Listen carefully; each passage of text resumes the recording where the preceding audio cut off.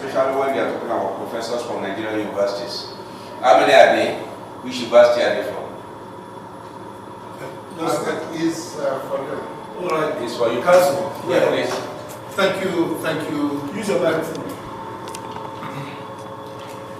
Honorable Chairman, let me start off by respecting protocol and to welcome you very heartily and to congratulate the new administration that's coming in. Because I've been around, or we have been around for quite some time. We've been for more than a year and counting. And so when we see new administration coming in, we, like they say, the old order change and yield in place to the new one. When that happens, it's a good thing. So I congratulate you for assuming the chairmanship, and I want you to extend those regards to the new chairman, whom you deputized for, and to congratulate the new clerk for coming in too, because it's a complete new administration. And honorable member, you're very welcome. I'm sure that if you've been attending the sessions, we've been together, and it's a good thing that we are together here.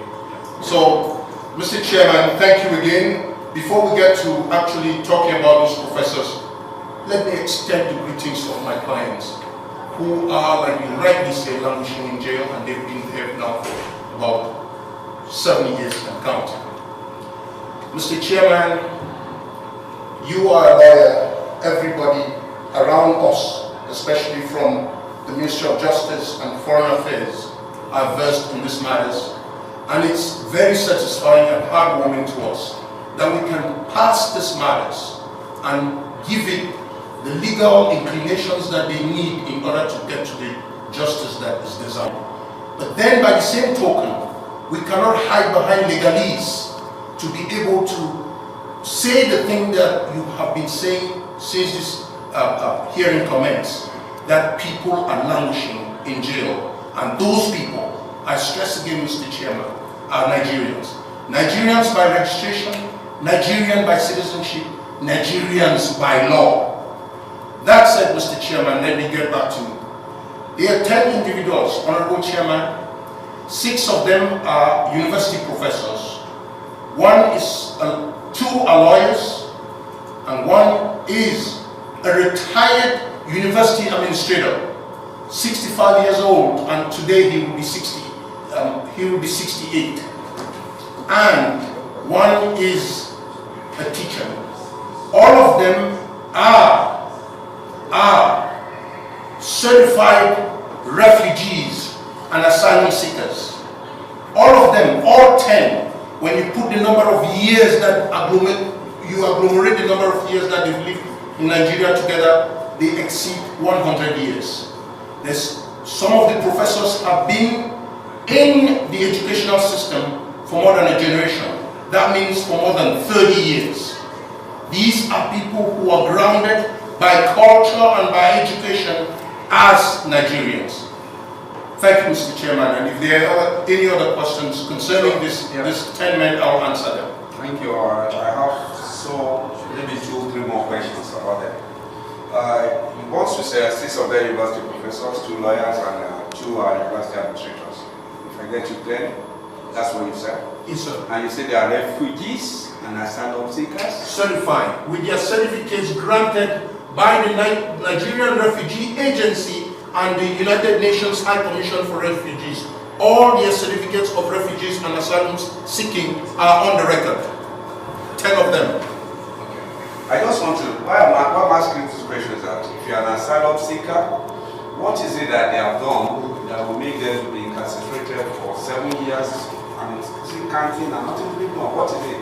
Let us know. If they are Nigerians by birth, you didn't say they are Nigerian by birth. No, not you said by registration, by registration. by this. Correct. Are they, sorry, maybe because I have not been here before, are they in Nigeria prisons or in Cameroon prisons? Honorable Chairman, let me give you a short synopsis of what happened. Please. On the 5th of January 2018, these 10 men were having a meeting, and a getaway meeting at Nera Hotel at Electoral Street here in the federal capital city of Nigeria on the 5th of January 2018.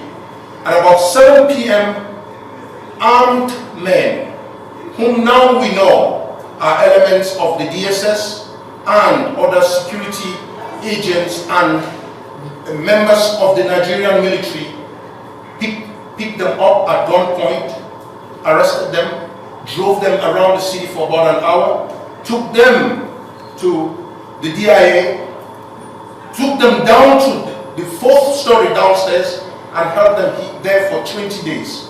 During these 20 days, the agents from the United Nations High Commission for Refugees visited them and identified them.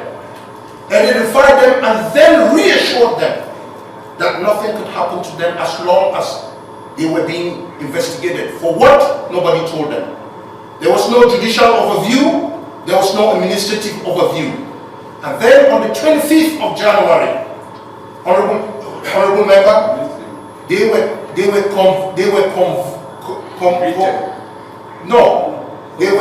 were taken from the DIA straight to Nnamdi Azikiwe Airport, the military wing of it, and then put into a Cameroon military plane that had got into Nigerian airspace, landed in Nigerian airspace, and took these men away.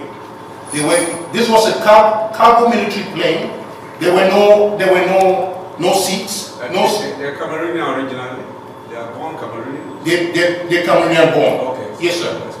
And just to refresh your memory, let's run to the 1951 Convention on the Law of Refugees. The concept, the founding principle on which that law lies is the principle of non-refoulement. And non-refoulement means if somebody is running away from persecution, and persecution, whether it's because of race, religion, political opinion, national origin, or membership in a particular social group, you cannot send them back to that same harm that they're running away from. The question that you might want to ask was that fear, was that harm ascertained? The answer is definitely yes. Yes, why? Because those certificates had already been granted. Those statuses were already granted. So they were refugees and asylum seekers.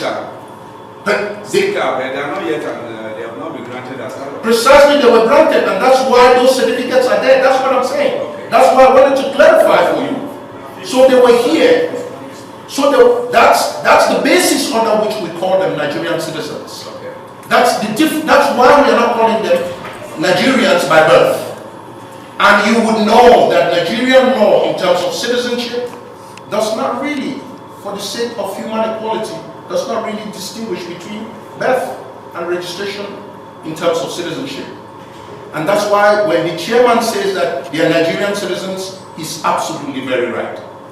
Without trying to win honorable member, any more questions to elucidate and clarify this, because this is very important for members to understand so that they can reach a decision that is appropriate in this case. I know you're a lawyer. Yes, sir. And I want to ask you this question. Do you know anything about bilateral agreement when it comes to crime, cross-border crime?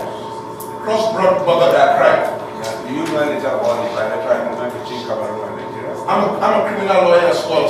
Thank you. Yes. Do you know that if a Cameroonian commits crime against Nigeria in Cameroon, Nigeria can request for him to be brought to Nigeria for trial? Correct. So how much more of a born Cameroonian who is a asylum seeker in Nigeria that cannot be taken to Cameroon for crime in case he has committed crime against Cameroon, and Cameroon has requested for him officially. The issue here is that there's no evidence of our fact that there was a crime committed, or that they have been convicted of any crime, or that they are awaiting prosecution in the room. So the issue we should be asking is whether or not the process of repatriation was followed. If that was not followed and these people have been granted asylum and given certificate, the moment you are issued that certificate, you have assumed the citizenship or residency of that country. What I'm trying to say, Chairman, is that let us look at it dispassionately. No, if you have any, if you look at it dispassionately, if there's any evidence from the Foreign Ministry or the Attorney General's office that there was a crime, they are awaiting trial in Cameroon, we have no issue. We will allow them to be tried there. But as long as it is political opinion or there's fear of persecution instead of prosecution. You understand? There's a difference between persecution and prosecution. So if they are awaiting prosecution, then we can allow the process to go on. But if they are being persecuted because of their belief or because they are afraid or they are talking bad about the government, that's a different thing altogether. This is where my question is. You said they were kept in the 4th floor. Down 4th floor. How did you know this? Precisely. Honorable member, this is. Let me just say something.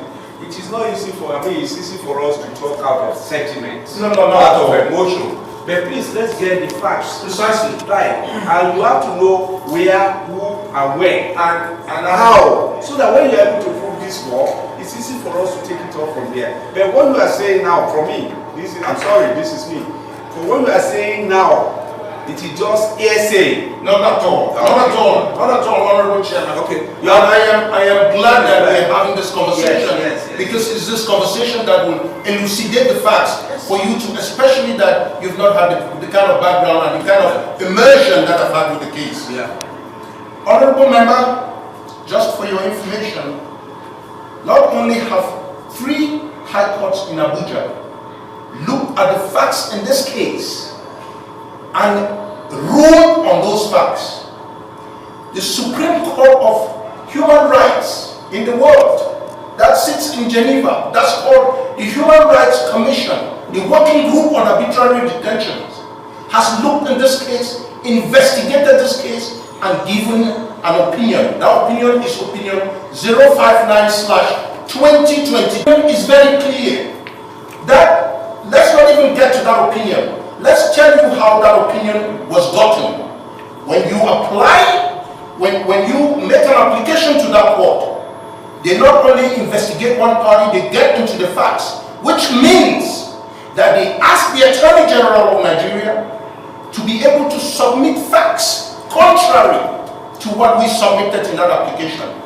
They went through that process and they have given the opinion that is very clear. It is unequivocal. Council, please. What we need now, Attorney General has requested that we give him more time. The Foreign affairs have not completed their work. Turn off your work. Foreign affairs have not completed their investigation, and from whatever agencies they are requesting, they have to write their report. The question my honorable member asked was to update him on the facts of the matter. Precisely. And I think you have done justice to that. After that, we will give you a copy of the listen to read. I've been following up with this case for a long time, and our own is that the matter has been here. This is the 6th summer. Okay, and we don't want this matter to continue to be here a longer period of time. Every agency, every party that's supposed to do something on this matter to resolve it should please do. Whether it's adverse to you or pro you is not our issue. The issue is let the investigation be completed. Let us make a decision based on facts and inform the decision. That way everybody can be happy. If your clients, this matter you said had gone to the Supreme Court, we can even just in this matter because it is still in court. But the fact is that we have already assumed the jurisdiction because of when it was brought before us. That's why we're continuing with the matter. Attorney General, I will give you time. How much time do you need? Sometime in July. Mr. Chairman. There's something that's why this process of give and take is very, very important.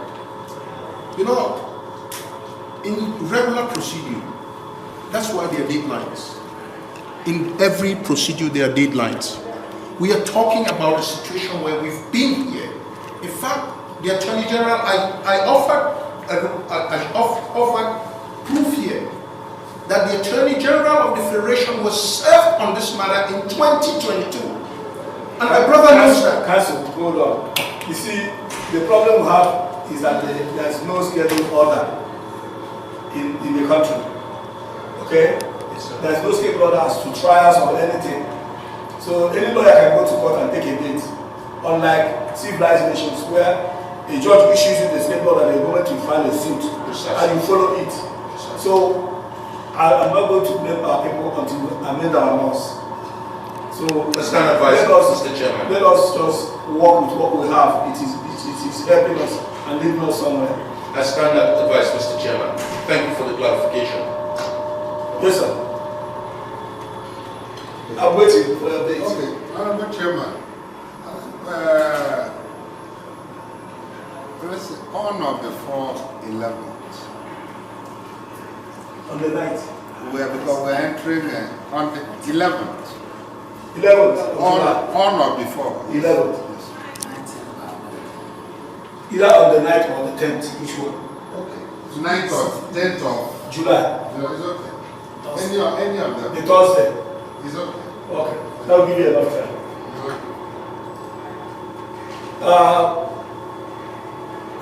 Minister of Foreign Affairs, is that okay with you? It's okay, sir. Okay, no problem, sir. Mr. Chairman, Chairman, we know any day is okay for you. It is. As long as you get results. Yes, yes. Okay. Mr. Chairman, so before your gavel falls, let me just make sure that we have some housekeeping things so that our records can be very clear, and so that whatever they are working on or whatever they want to ask from the Secretariat while they do this, they can ask that and get that information conveniently. I have been asking that we annotate the documents that we've submitted for easy identification. And so I actually, through you, I want to really thank the clerk of the committee for giving me the chance to be able to go through that with him this morning and be able to identify all those documents which are now in the records of the committee, and so that we know what we're talking about. That said, Mr. Chairman, the original petition here, I would request that we make it either Annex A or Exhibit A, whatever the committee wants to call it. We call it A. And then the original submissions that we had in here, which are in this booklet, we make it Exhibit B. And then the address that we had from the petitioners on when we commenced this on the 6th of March 2024, we make it Exhibit C. And then the supplementary submissions that we had, which is this one, we make that Exhibit D. And then the follow-up letter that we had, that we brought to, because at one point this was adjourned sine die. We did a follow-up letter to reawaken this. That should be Exhibit E. And then the legal memorandum that we submitted last time, which is here, that would be Exhibit F. And then the two letters that I did serve to the Ministry of Justice and went over to Director Nnannan's office, that and the other receipt to the Secretary General of the Federation, those two receipts will constitute Exhibit G. Mr. Chairman. Okay, Council. Those requests are granted. You must go back to the clerk and next office. Once they are done, he will submit it to us. We can follow that. Thank you, Mr. Chairman. Most obliged. Honorable Chairman, before your gavel falls,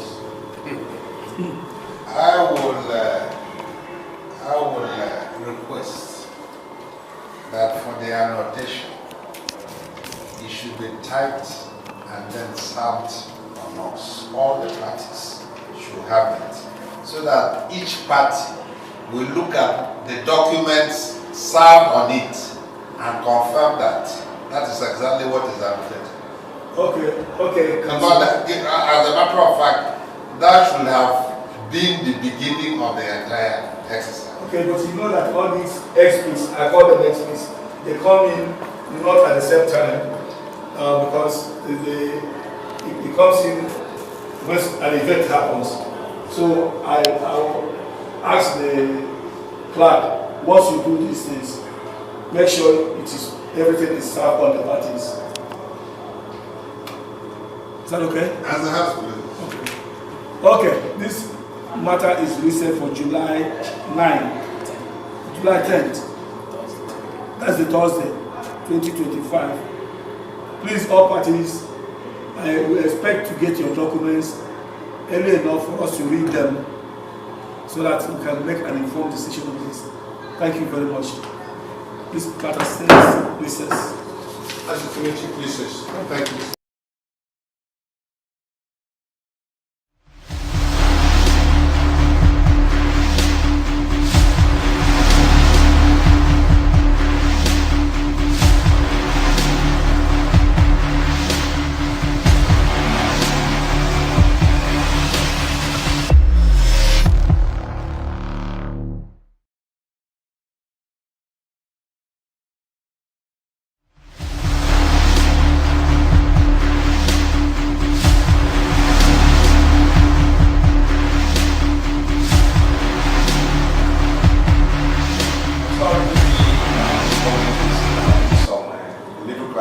Especially when we are talking about professors from Nigerian universities. How many are they? Which university are they from? Is for you. All right. It's for you. Council. Yeah, please. Thank you. Use your microphone.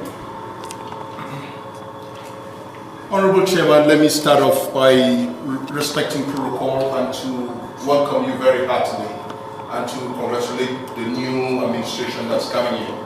Because I've been around, or we have been around for quite some time. We've been for more than a year and counting.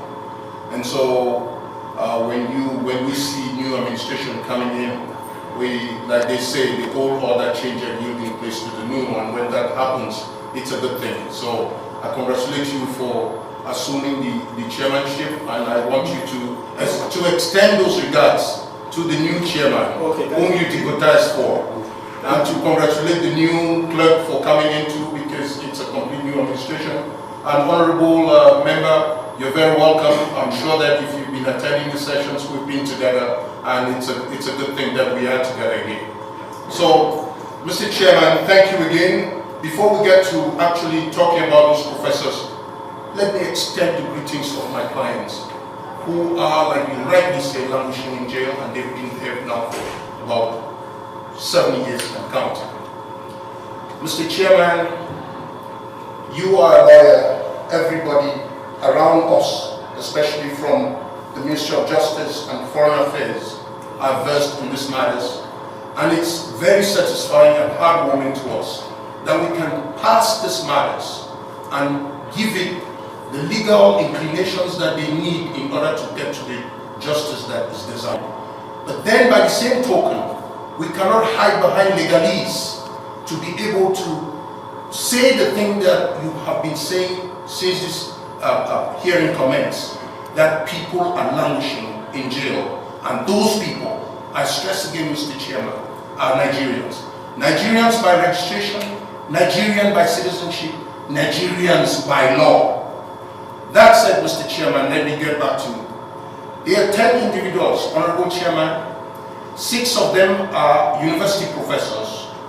2 are lawyers, and 1 is a retired university administrator, 65 years old, and today he will be 60. He will be 68. And 1 is a teacher. All of them are certified refugees and asylum seekers. All of them, all 10, when you put the number of years that you agglomerate the number of years that they've lived in Nigeria together, they exceed 100 years. Some of the professors have been in the educational system for more than a generation. That means for more than 30 years. These are people who are grounded by culture and by education as Nigerians. Thank you, Mr. Chairman. And if there are any other questions concerning this 10 men, I'll answer them. Thank you. I have maybe 2-3 more questions about that. Once you say 6 of them university professors, 2 lawyers, and 2 are university administrators. If I get you clear, that's what you said. Yes, sir. And you say they are refugees and asylum seekers? Certified with their certificates granted by the Nigerian Refugee Agency and the United Nations High Commission for Refugees. All their certificates of refugees and asylum seeking are on the record. 10 of them. Okay. I just want to, why I'm asking this question is that if you're an asylum seeker, what is it that they have done that will make them to be incarcerated for 7 years and still counting and not even know? What is it? Let us know. If they are Nigerians by birth, you didn't say they are Nigerian by birth. No, not you say by registration, by registration. by this. Correct. Are they, sorry, maybe because I have not been here before, are they in Nigeria prisons or in Cameroon prisons? Honorable Chairman, let me give you a short synopsis of what happened. Okay, on the 5th of January 2018, these 10 men were having a meeting and a getaway meeting at Nera Hotel at Electoral Street here in the federal capital city of Nigeria on the 5th of January 2018. At about 7 p.m., armed men, whom now we know are elements of the DSS and other security agents and members of the Nigerian military, picked them up at gunpoint, arrested them, drove them around the city for about an hour, took them to the DIA, took them down to the 4th story downstairs and held them there for 20 days. During these 20 days, the agents from the United Nations High Commission for Refugees visited them and identified them. And then reassured them that nothing could happen to them as long as they were being investigated. For what? Nobody told them. There was no judicial overview, there was no administrative overview. And then on the 25th of January, honorable member, they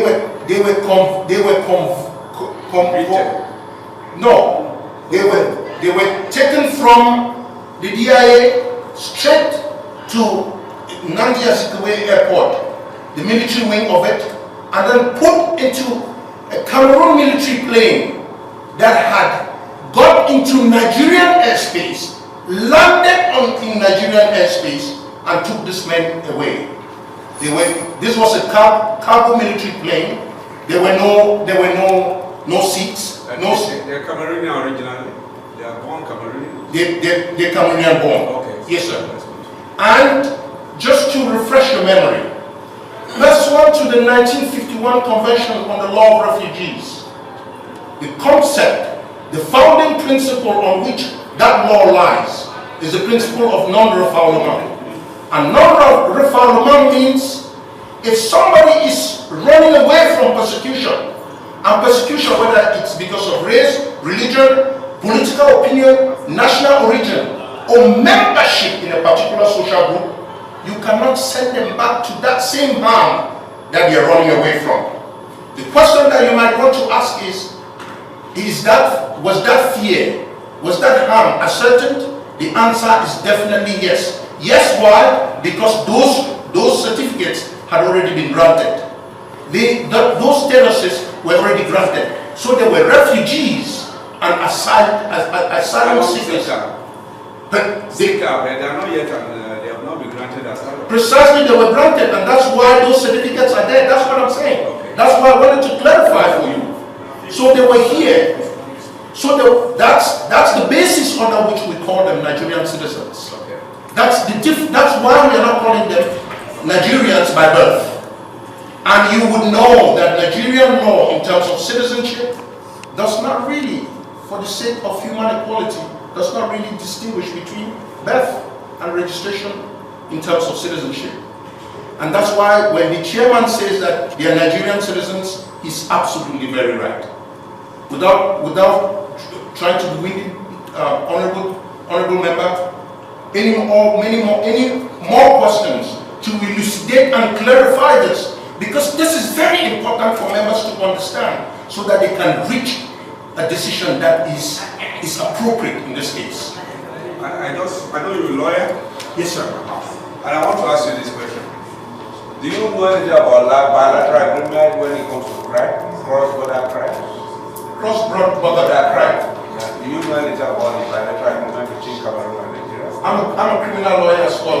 Thank you. Yes. Do you know that if a Cameroonian commits crime against Nigeria in Cameroon, Nigeria can request for it to be brought to Nigeria for trial? Correct. So how much more of a born Cameroonian who is asylum seeker in Nigeria that cannot be taken to Cameroon for crime in case he has committed crime against Cameroon, and Cameroon has requested for him officially. The issue here is there's no evidence of our found that there was a crime committed, or that they have been convicted of any crime, or that are awaiting prosecution in Cameroon. So the issue we should be asking is whether or not the process of repatriation was followed. If that was not followed and these people have been granted asylum and given certificate, the moment you have issued that certificate, you have assumed the citizenship or residency of that country. What I'm trying to say, Chairman, is that let us look at it dispassionately. No, if you have any, if you look at it dispassionately, if there's any evidence from the Foreign Ministry or the Attorney General's office that there was a crime, they are awaiting trial in Cameroon, we have no issue. We will allow them to be tried there. But as long as it is political opinion or there's fear of persecution instead of prosecution. You understand? There's a difference between persecution and persecution. So if they are awaiting prosecution, then we can allow the process to go on. But if they are being persecuted because of their belief or because they are afraid or they are talking bad about the government, that's a different thing altogether. This is where my question is. You said they were kept in the fourth floor. Down fourth floor. How did you know this? Precisely. Honorable member, this is. Let me just say something. It is not easy it's easy for us to talk out of sentiment, out of emotion. But please, let's get the facts. Precisely. Right. And you have to know where, who, and where, and how. So that when you're able to prove this law, it's easy for us to take it off from there. But what you are saying now, for me, this is me. For what you are saying now, it is just hearsay. Not at all, Honorable Chairman. Okay. I am glad that we are having this conversation, yes. Because it's this conversation that will elucidate the facts for you to, especially that you've not had the kind of background and the kind of immersion that I've had with the case. Yeah. Honorable Member, just for your information, not only have 3 high courts in Abuja looked at the facts in this case and ruled on those facts. The Supreme Court of Human Rights in the world that sits in Geneva, that's called the Human Rights Commission, the Working Group on Arbitrary Detentions, has looked in this case, investigated this case, and given an opinion. That opinion is opinion 059/2020. It is very clear that, let's not even get to that opinion. Let's tell you how that opinion was gotten. When you apply, when you make an application to that court, they not only investigate one party, they get into the facts, which means that they ask the Attorney General of Nigeria to be able to submit facts contrary to what we submitted in that application. They went through that process and they have given the opinion that is very clear. It is unequivocal. Council, please. What we need now, Attorney General has requested that we give him more time. The Foreign affairs have not completed their work. Foreign affairs have not completed their investigation. And for whatever agencies they are requesting, they have to write their report. The question my honorable member asked was to update him on the facts of the matter. Precisely. And I think you have done justice to that.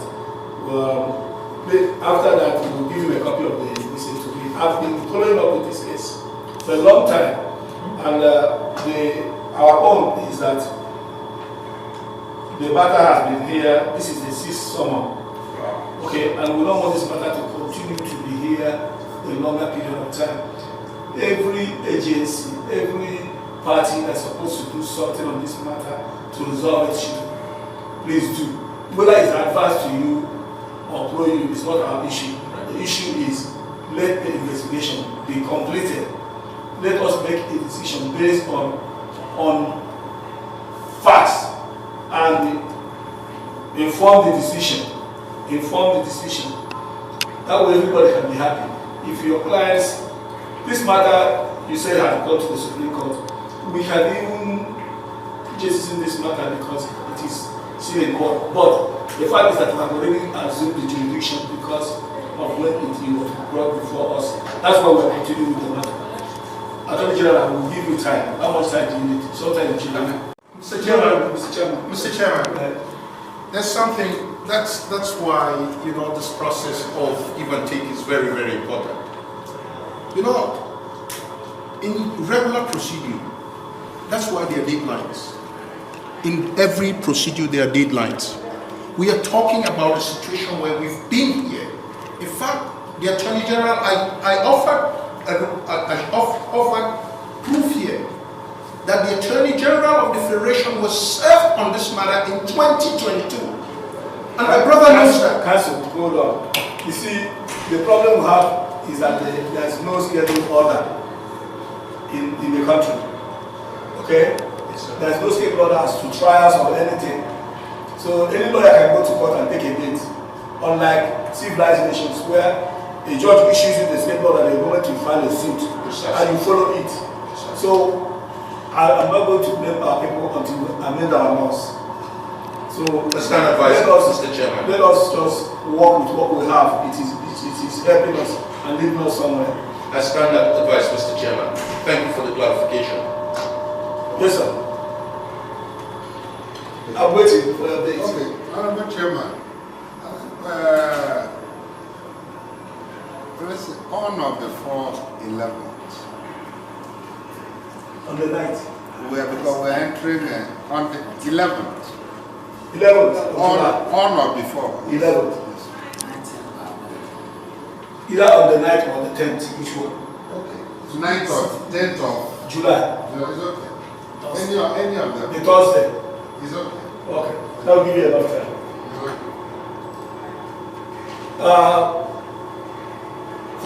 Minister of Foreign Affairs, is that okay with you?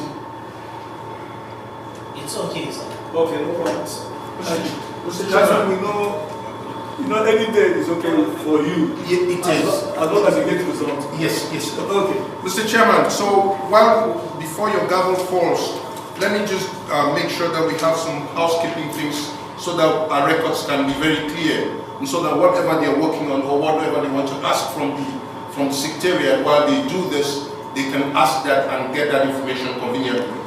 I have been asking that we annotate the documents that we've submitted for easy identification.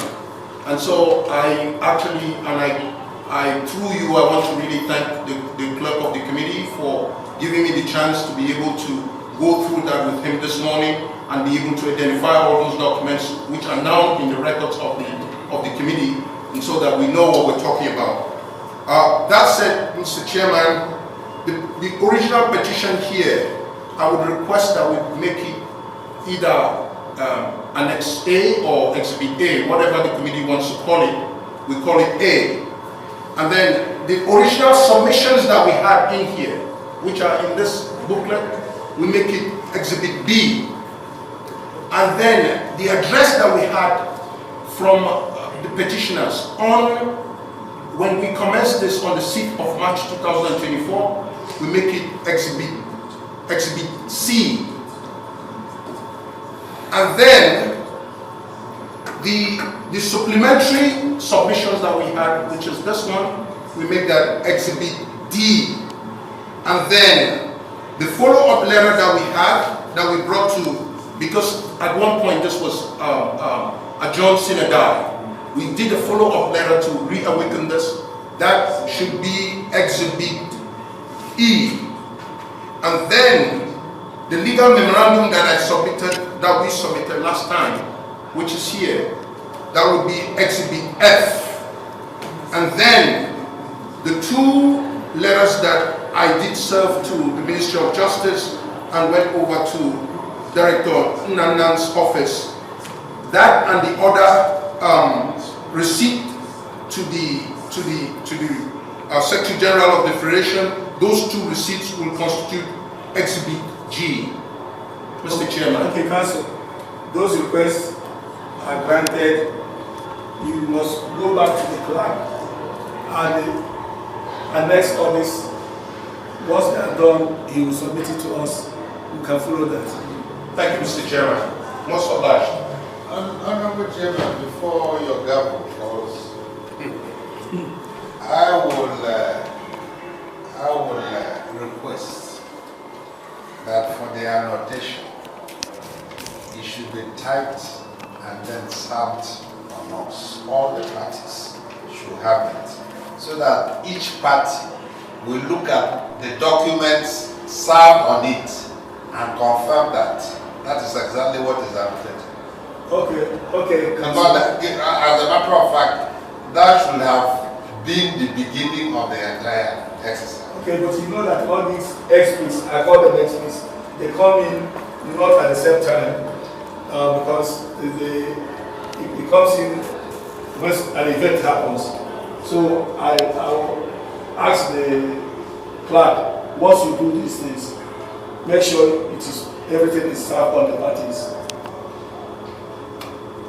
Is that okay? As a husband. Okay, this matter is listed for July 9, July 10th. That's the Thursday, 2025. Please, all parties, I will expect to get your documents early enough for us to read them so that we can make an informed decision on this. Thank you very much.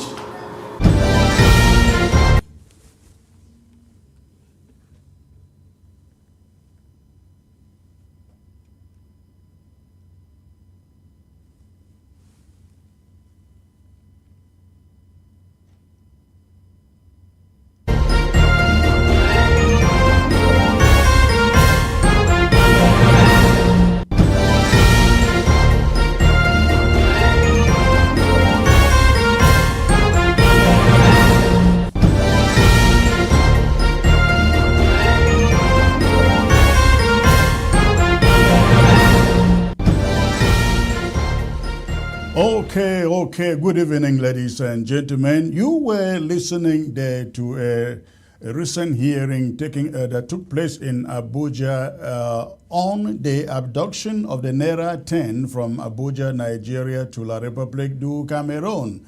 And speaking on behalf of the Nera 10 was Barrister Fru. Barrister Fru, I think it's in the Fru, I'm not mistaken about the last name, but Barrister Fru, speaking on behalf of the Nera 10 there in Abuja. Welcome to News Talk tonight. I am very excited to be back here with you. Please do me the favor, wherever you are watching by way of social media, hit that share button. Let us quickly populate the platform. Let everybody out there know the anchor man is alive, not live, but alive. I am not AI, right? You can see me actually moving my eyes and making hands gestures. That is to tell you that this is not AI. That is why I am alive, not live. Thank you for tuning in, and I will be right back. When I come back to you, I will dive straight into the broadcast tonight. Please stay tuned. Do not touch your remote. I will be back in less than a minute. Thrive America, the flagship model, offers personalized coaching and assistance to newly arrived individuals into the country through a concierge service and one-stop resource on your phone. The app supports essential areas of integration, such as job search strategies, benefits applications, financial literacy, credit repair, legal guidance, and more. The platform aims to become the go-to resource as you navigate the complexities of settling into a new country.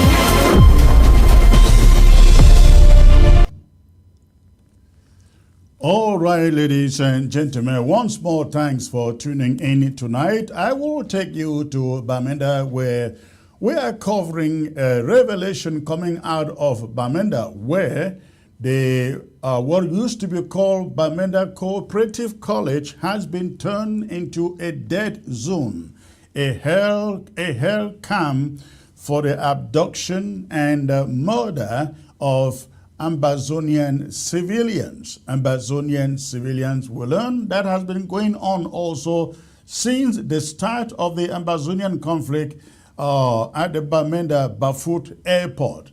I will be handling that in my first presentation. And then there is a broad-based picture that I like to present here on the incarceration of Moja, whose palace was burnt down last year, and an Ambazonian flag hung in front of the palace. This is something that Moja would not want to live to see, but in fact, an Ambazonian flag was actually hoisted in his palace while he is under incarceration. The reason I am bringing that story here is so that we'll look at a recent picture of the chiefs, FACO chiefs, marching. I call them the Aquaras of FACO, marching in front of the colonial officers and trying to send a message that no mercy is returning. Those are two main subjects, but I will also be talking about the recent revelations by former South African President Thabo Mbeki. How about the envoy they sent to Cameroon to speak to the Cameroon government about dialogue, but he returned with the normal pleasantries, well received, but nothing, no response, no answer on the mission. So please stay tuned. When I come back, I will take you into my monologue in Bamenda. Of course, my guest will be joining me after the monologue. Stay tuned, please.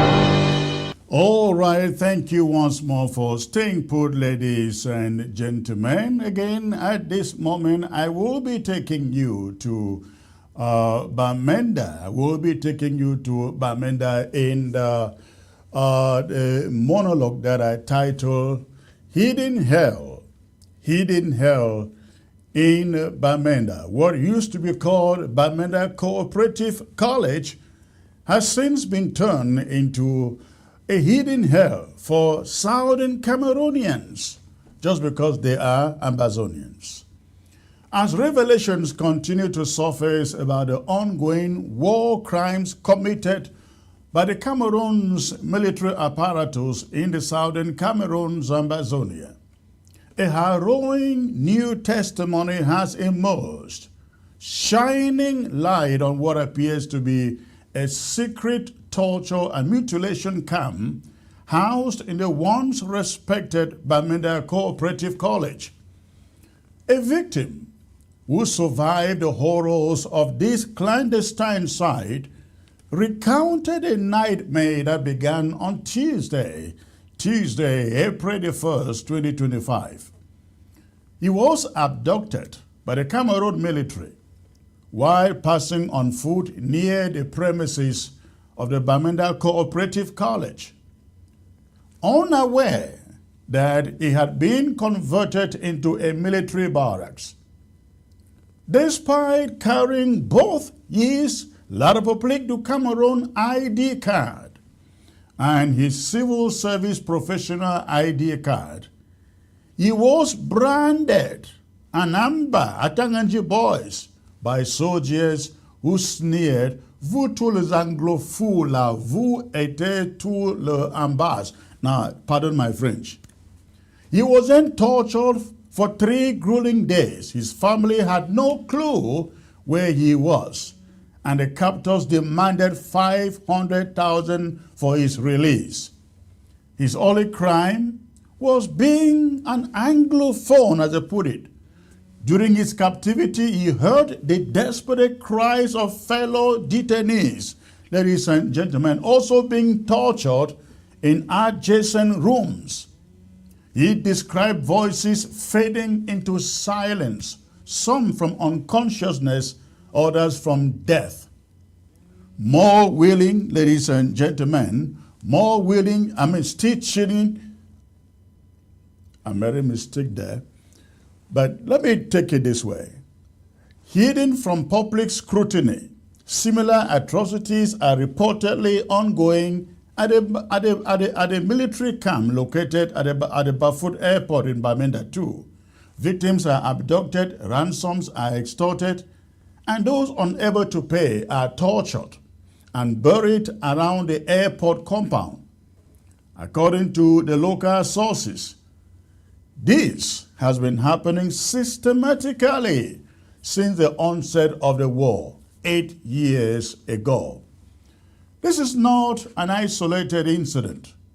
It is part of a pattern of systematic human rights abuses designed to break the spirit of a people demanding only the right to exist with dignity and self-determination. The revelations from Bamenda and Bafut expose the true nature of the colonial regime in La République du Cameroon. This is not a government engaged in a lawful military campaign.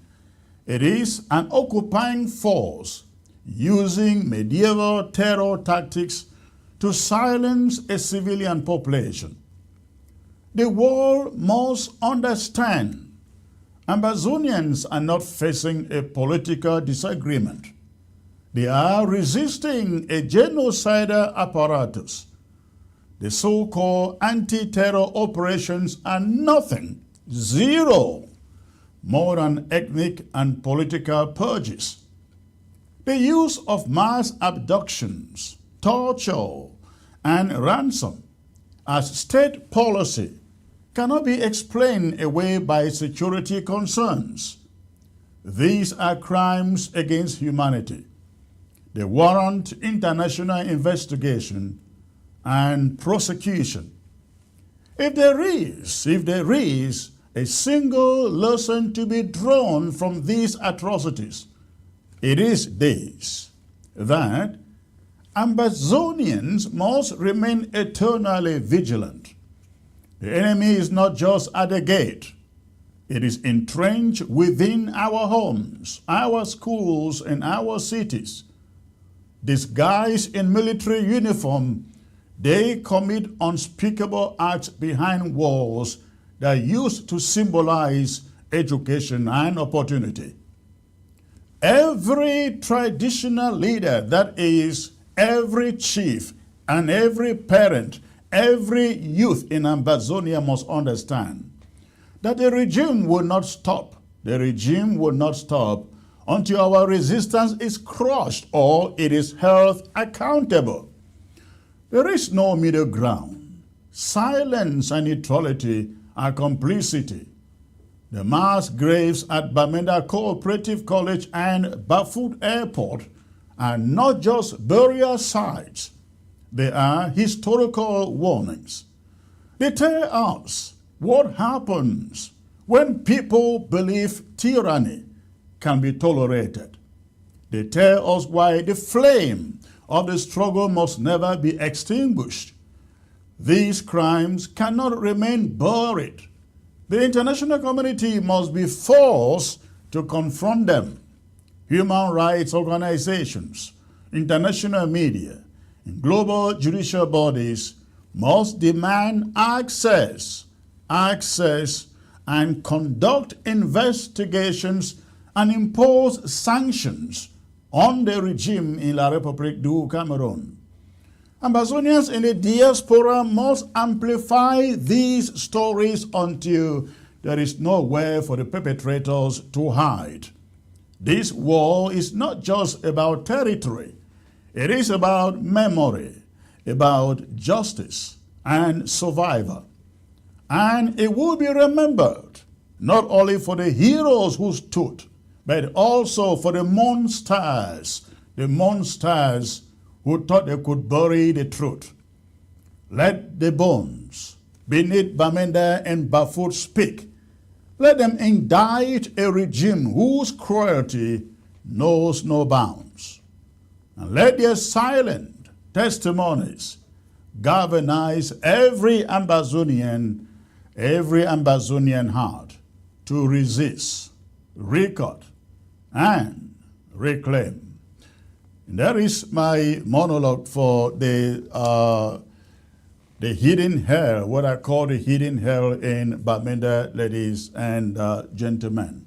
Let me bring in my panel for tonight. I am being joined from South Africa, the one and only Dr. G. Oh, I think he is frozen. Dr. G. Okay. Oh no, he is not frozen. Good to have you. Good to have you, sir. No, 35 gigs will normally work, remember? Dr. G, can you hear me? Dr. G, can you hear me? Okay, apparently he's Which one? connected with me. Dr. G, can you hear me? Dr. G, can you hear me? Yeah, just try for connecting. He cannot hear me. Try for Okay, we'll get a technician, bring him on. All right. Also, I'm being joined from somewhere in the Black Continent is Comrade Dennis Atemke, whoever made it a Black Continent. Good to see you, sir. I think you are muted too.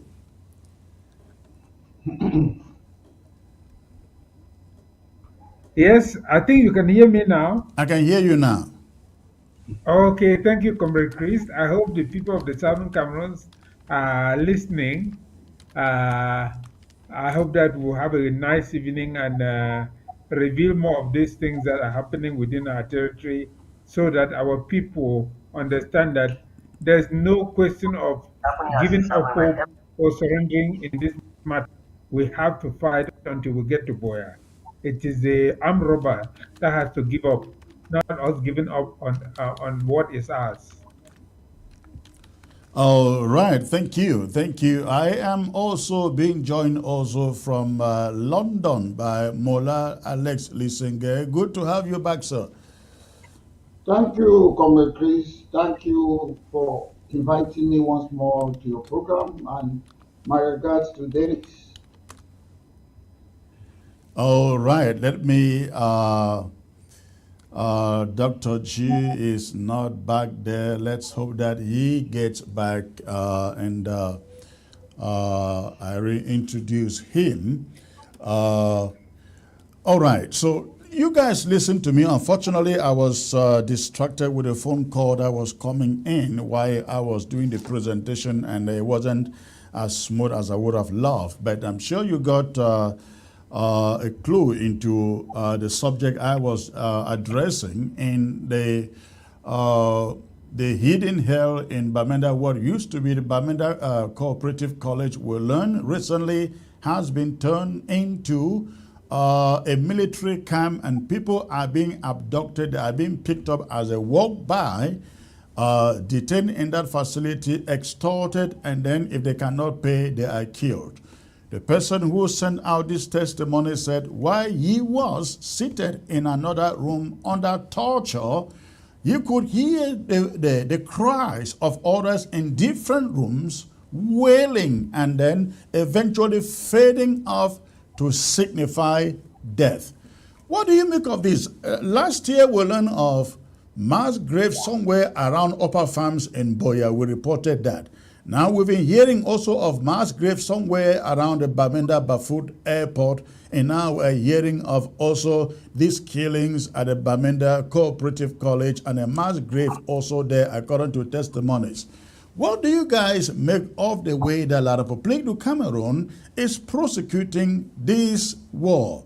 Systematically picking up civilians, killing them, and dumping them wherever it's convenient to them. Mola, let me start with you. You are a lawyer here.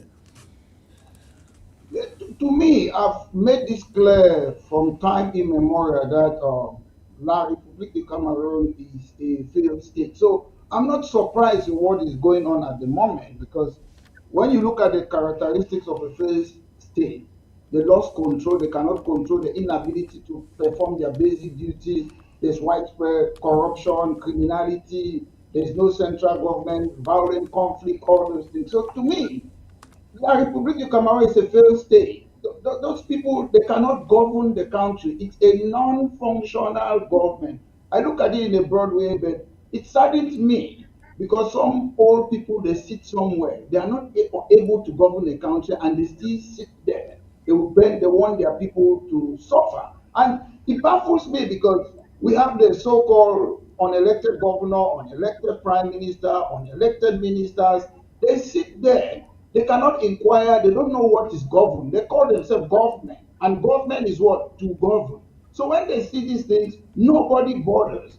You see, even a topic we'll talk about, the unelected prime minister is there with military surrounding him and he says he's going home. When I look at these people, I don't know if they are suffering from Stockholm syndrome. I don't try to understand what's going on in, whether I should call it a zoo, because it's no longer a country.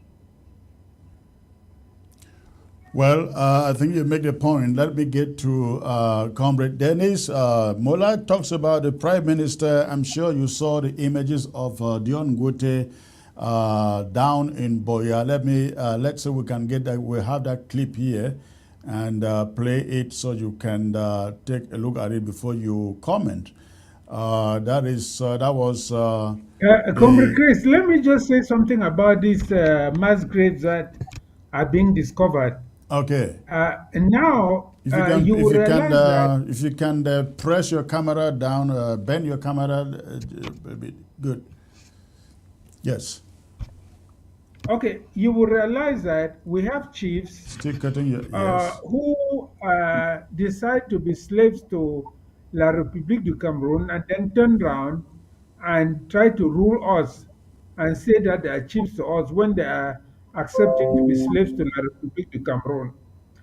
All these areas where mass graves are being found, I'm sure they lie within the jurisdictions of different southern Cameroonian chiefs. Why are those chiefs not following up on these issues, discovering these sites, and reporting them in public? These are probably their own people who are being killed and tortured in those chambers. Why are they not doing something about it? This is something to call the attention of our chiefs to. Any chief who has jurisdiction over that area should be seized by our own people to take the matter into his own hands investigate Which it, chiefs are you report it, referring and to? sound his own people. Which chiefs are you referring to, Dennis, when you know the The local reality? chiefs, those who are claiming to be chiefs, those who go to march because La République du Cameroon threatens them to march. This is something for them to act upon. This is something for MPs, those claiming to be our MPs to act upon. This is something for the regional administrative councils and regional houses of assembly to act upon. You see, this we cannot assume that these people don't know the minimum of what they are supposed to do. Right. So I would say that we should call on the chiefs of those areas, call on the regional assemblies to investigate these matters because they cannot just be silent and come out only when they have to sing praises to Pobia or to load the colonial regime. And their own people are being killed, being tortured, being buried in their own land, and they seal their mouths. The bishops should be heard to come out and follow up these matters. These are things they should be talking about. These are things they should be investigating. But none of them mentions any of these things because they want to be slaves to La République du Cameroun. No, I think you make a good point. However, the problem is we know those people. When it comes to going out to campaign for elections, you see the priests are out asking people to go out and register for election. The chiefs, the elite, everybody's hand is on deck. Let's go. But when they hear, we've been talking about these mass graves for years in Bamenda, in Boya, and nobody, you don't hear of any investigation. The church doesn't. Nothing. The chiefs don't exist. They don't do it. I don't know who can do it. Even our own journalists. Even our own journalists. That's very true. They don't come out to do investigation on matters like this. How is it possible that our journalists don't say anything, the local chiefs don't say anything, the regional assemblies don't say anything, the bishops and the clergymen don't say anything at all? All of them seal their mouths when it comes to these issues. Mola, if I may ask you, you think journalism is dead in the southern Cameroons? Because, again, that's a very important point. I look at the Cameroon news, the southern Cameroon newspapers every week. They send me their headlines, and every headline of a newspaper on a weekly basis is either praising one Cameroon La République official who has opened some pipe-borne, not even pipe-borne water, who has probably bribed some people somewhere for maybe, I mean, things that you would consider irrelevant. Irrelevant. They are either writing stuff like that, or they are paid to write some articles to promote some business here and there.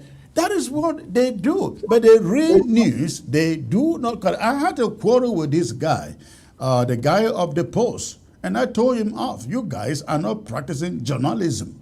You write stories to praise the regime, and you come out, you want us to believe you are Ambazonian and your people are being killed, and you write nothing about it. Mola? We grew up ahead of people like Akwaya, although I was just a baby or a kid. But I've made this clear to some of the journalists in the Cameroons. The standards are very, very low. And I know some of the papers. Some papers, they belong, this is Diongute paper. And these people, they write to praise people, so they pay them. I know a couple of them, I don't need to say on your program. And they have this Joe Chebonke, who is there to, is a CPD man. When you see an Anglophone in a position, just know that it's a waste of time. In this, they are, how do you call it? Is it NCC in Cameroon? So I've been on a program once in the Cameroon, the TV. I talk about what the crimes that they are committing in the Vatican.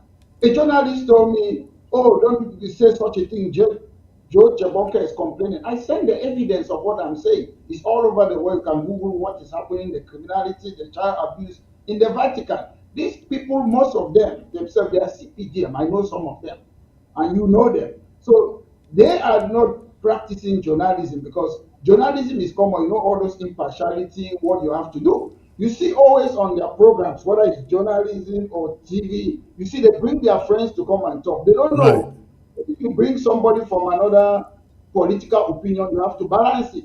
Like I keep on saying, a journalist in the Cameroons, I don't know whether normally they should know the laws.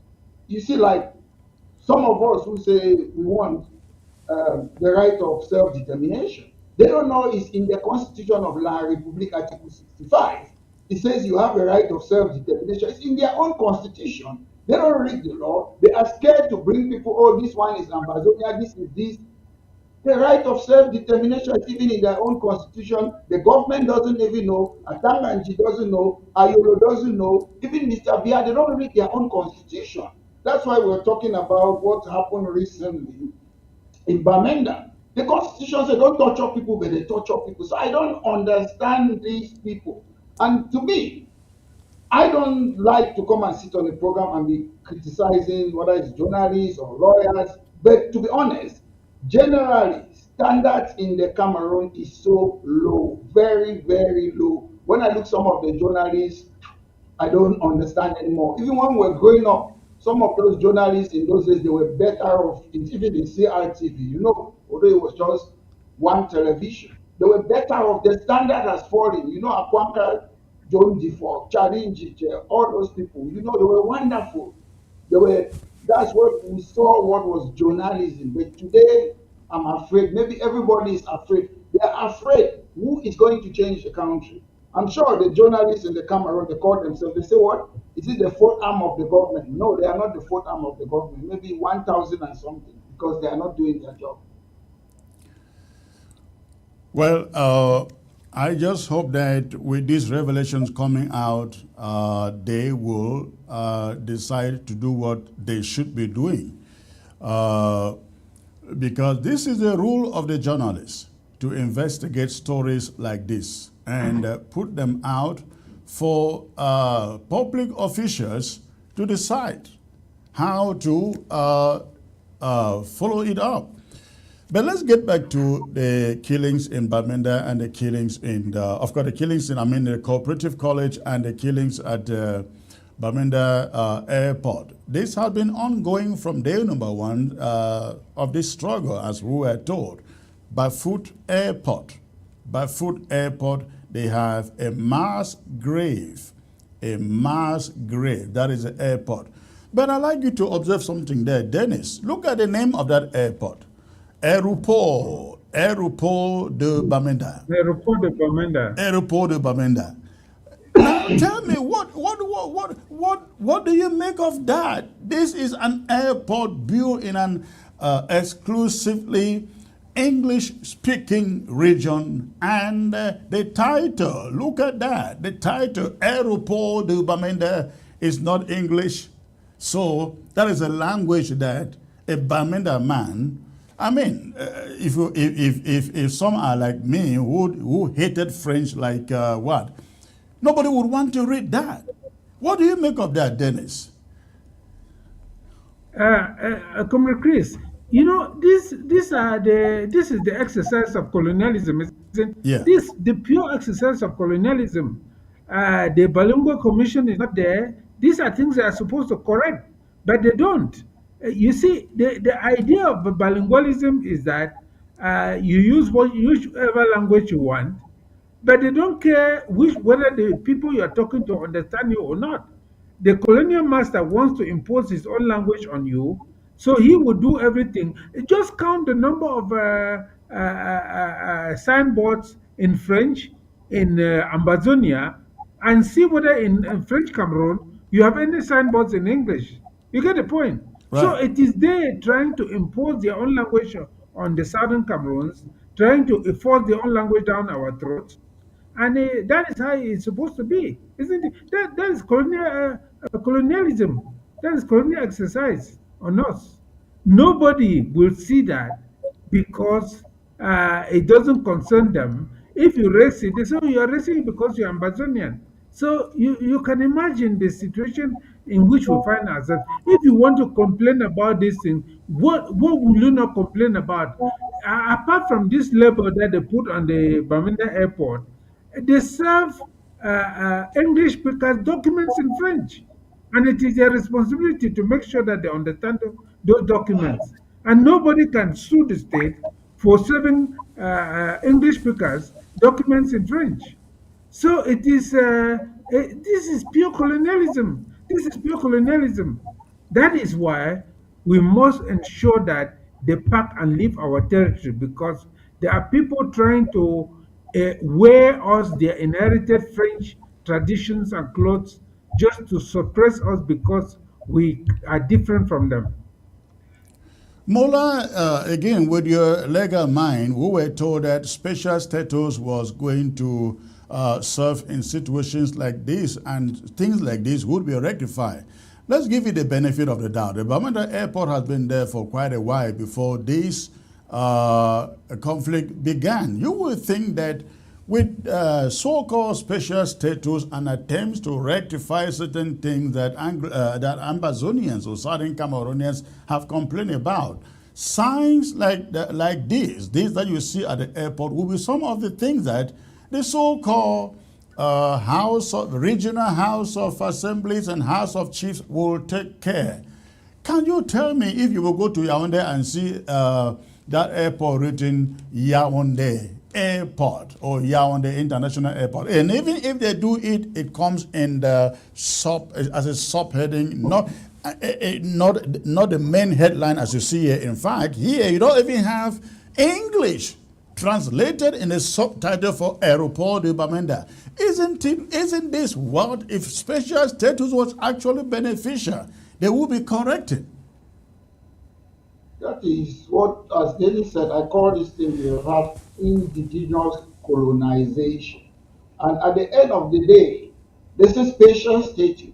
When we talk about this is spatial status, I'm sure it's a window dressing exercise, because there's nothing like a spatial status.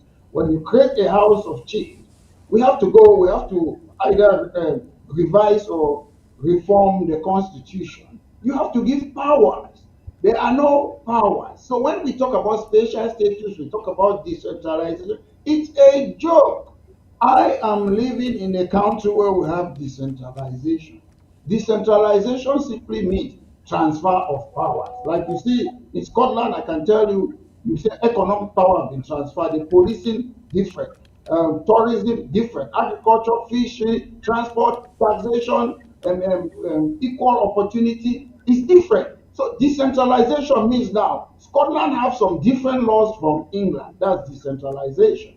But in the Cameroons, they say decentralization, but we still have the same ministers in the whole of La République du Cameroon and British Cameroon. When you decentralize power, example, we'll be using like our English legal system in British Cameroon, they will be using their own whatever law they have, those their oppressive laws in there. We'll be using police, they will be using gendarmes. We even go as far in the United Kingdom that Scotland have got a different money. Scotland have got a different football team. But in the Cameroons, it's one size fits all. And again, it is not composed. This is what I think most of the commission, bilingual commission. I keep on telling them that the Cameroons is not a bilingual country, it's a multilingual country. French and English are just official language, working language. So why are we not learning our own indigenous languages in our school? It's not compulsory. In England, they don't use that word official language. Most people, they speak what? English. But in England, if you come here, you say you're speaking, let me say Lamso, they will look for an interpreter. That's how you run a country. If you say you speak pidgin English, they will look somebody who speaks pidgin English in a government office, they will interpret it. Any language on earth, they will interpret it. So all those bilingualism or what is window dressing exercise. There's nothing in the constitution of La République du Cameroon that says I must speak French or English. If I don't know French or English, they have to look for an interpreter. That's how they govern the country. These people are just jokers. They don't know what they are doing. So they don't even follow their rules, as I say. So it's just waste of time. There's no spatial statute. And it's rather unfortunate that I will call somebody like my lecturer, John Wood, is a con man. All right. We're gonna be back. We're gonna be right back, ladies and gentlemen. Please stay put. I will be back. I will be back in the next minute, and when I come back, I take you to my other talking points for the day. Please don't touch your remote. I will be back. Thrive America, the flagship model, offers personalized coaching and assistance to newly arrived individuals into the country through a concierge service and one-stop resource on your phone. The app supports essential areas of integration, such as job search strategies, benefits applications, financial literacy, credit repair, legal guidance, and more. The platform aims to become the go-to resource as you navigate the complexities of settling into a new country.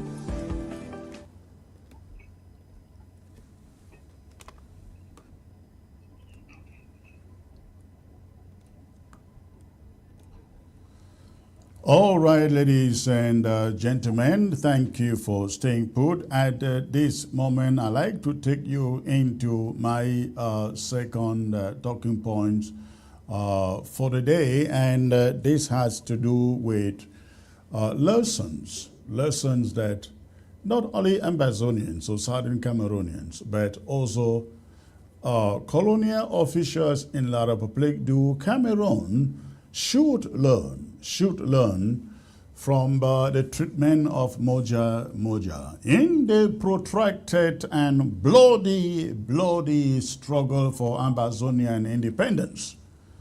Symbols matter as much as strategies. The war for the heart and soul of the Southern Cameroons is as much psychological as it is physical. In 2024, when images emerge of Moja's palace in Boya engulfed in flames, with the Ambazonian flag defiantly waving in its charred remnants, it was not just a building that was reduced to ashes. It was a repudiation, a symbolic reckoning, and a powerful lesson for all collaborators with the colonial regime in La République du Cameroon. Moja, a controversial and despised figure among Southern Cameroonians, Ambazonians, epitomized the regime's brutal counter-insurgency tactics in the Southern Zone. As a soldier and self-styled strong man, his notoriety stemmed from unchecked violence, human rights abuses, and a reign of terror that targeted Ambazonian sympathizers, civilians, and even ethnic minorities. Moja's downfall, as much as it was unexpected, is also a tale deeply embedded in the ironies of paradoxes of the Cameroon conflict, or call it Ambazonian conflict. Moja began as an enforcer for the colonial regime's anti-separatist crackdown in Boya and its surroundings.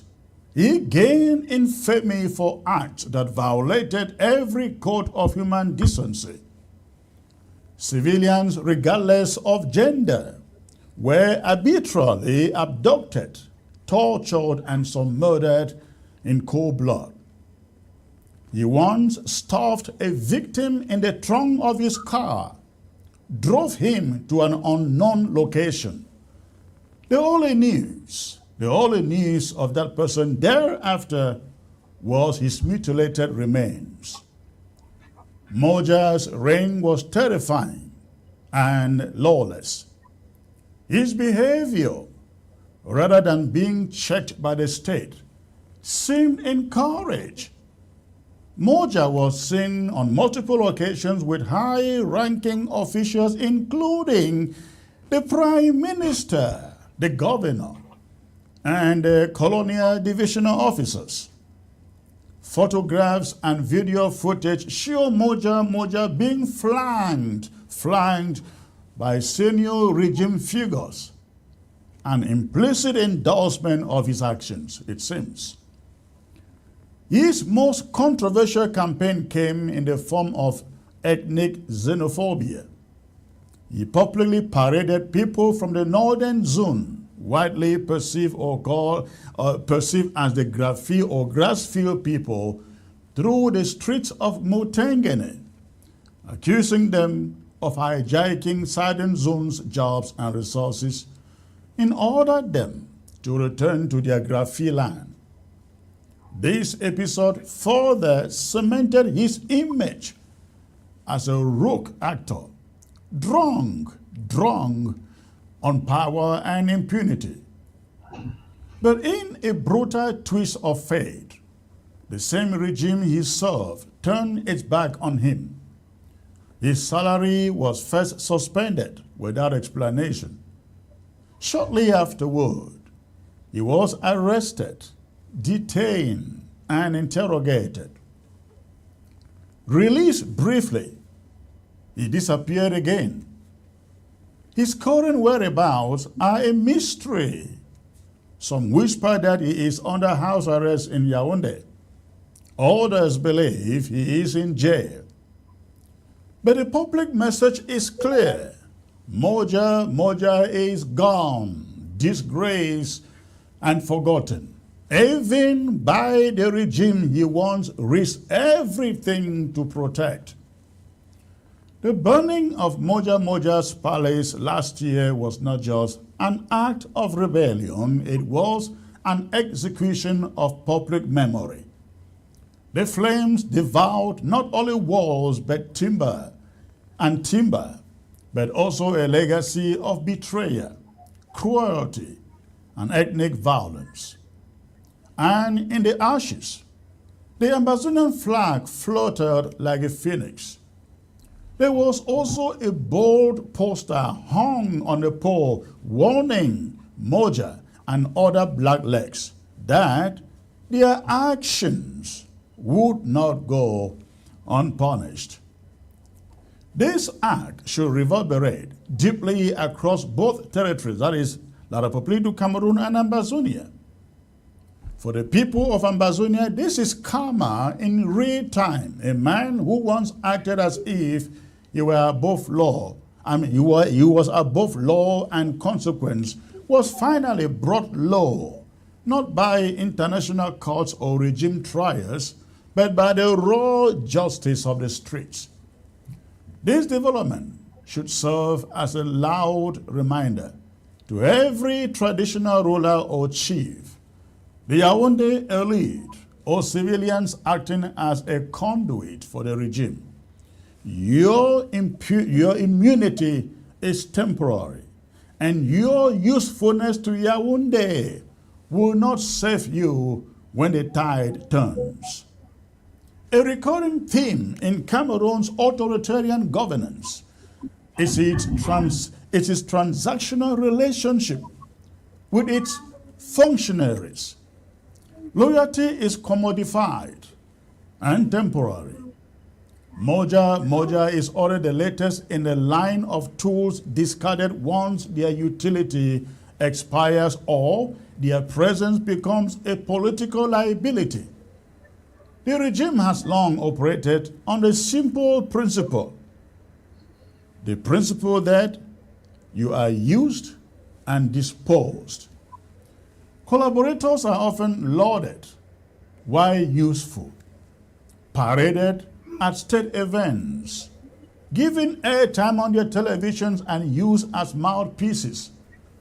But once their excesses become too notorious or their popularity too polarizing, they are quietly swept aside. Moja, who once walked among the elite, is now a ghost. The same leaders who pose with him now pretend not to know him. His story is a brutal cautionary tale. This reality, ladies and gentlemen, must dawn on all who believe that collaboration with the colonial regime in Yaoundé is a path to power or protection. It is not. The regime cannot protect its own when the people decide to rise. This is the second intrinsic lesson for the Ambazonian population. Do not put your faith in the institutions of a colonial regime that has never shown interest in your dignity, in your safety or your future for the people of Ambazonia. It affirms that the long arc of the struggle, though painful and blood-soaked, bend towards justice. It reinforces faith in the resilience of the movement and the possibility that even the most deeply entrenched collaborators of La République du Cameroon among us can be removed or neutralized. The burning of Moja Moja's palace last year was a psychological victory. It affirms control over a symbolic space. It reclaims Boya, even if temporarily, from the narrative of defeat and submission. And it provides hope.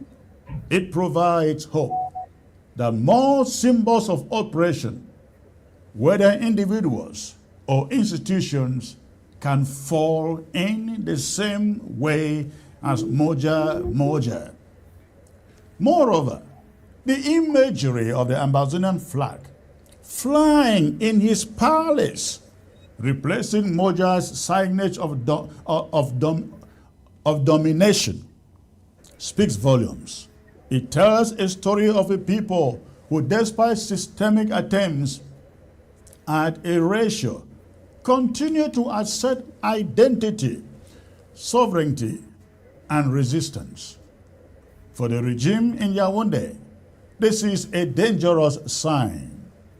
When even your most zealous enforcers turn into liabilities, when the people you promote become public enemies overnight, it speaks to a deeper rot. The state's heavy reliance on military and paramilitary forces has produced monsters it cannot control. Moja Moja was a creation of the state, the colonial regime, impunity and desperation. His story is not an aberration. It is a symptom. And the state's inability to protect or distance itself from such figures without public scandal shows its weakness. This vulnerability only emboldens the resistance, the Ambazonian resistance. Every palace burned, every flag hoisted, and every collaborator turned into a pariah undermines the colonial regime's narrative of authority and legitimacy. To the chiefs, the firms, so-called local leaders and community figures working hand in glove with the regime in Yaoundé, note this: Moja Moja is your mirror. He is what becomes of those who think the system will save them. You may be praised and shielded today, sirs, but you will be erased tomorrow by the regime or by the people. Your own people will remember your betrayal long after the regime forgets your loyalty. But there is still a choice. You can stand with your people or be consumed by the same fire that burned Moja Moja's name into oblivion. The story of his rise and fall is a textbook case of regime exploitation and communal revenge. Learn from it. History doesn't forget. History doesn't forget. And that is the talking point there, ladies and gentlemen. Let me bring back my guest here. Let me start with Dr. Gabila, who has rejoined. I hope you can hear me now. Good to see you, sir. Always a pleasure, Secretary Chris. Good evening to you and to your audience and to my fellow panelists, and thanks for having me. I've been following the conversation from the beginning. Thank you. Do me a favor, centralize your camera and your image too in camera while we'll get to the point here. But I'm coming back to you. You listened to my monologue, and before the show, you sent me a message about an audio message you had sent out asking me to essentially change strategy and endorse Ambazonians going in for La République du Cameroon's elections. Now, when you see stories, some of these people. Dennis will get to you, sir. Hold on there. When you listen to a monologue like this one, chronicling what La République du Cameroon has done to our people through our people, and you know how many elections that we have participated in since 1961. I just showed the audience there a picture of the airport in Bamenda, and the headline there and the title there says Aéroport de Bamenda. Aéroport de Bamenda.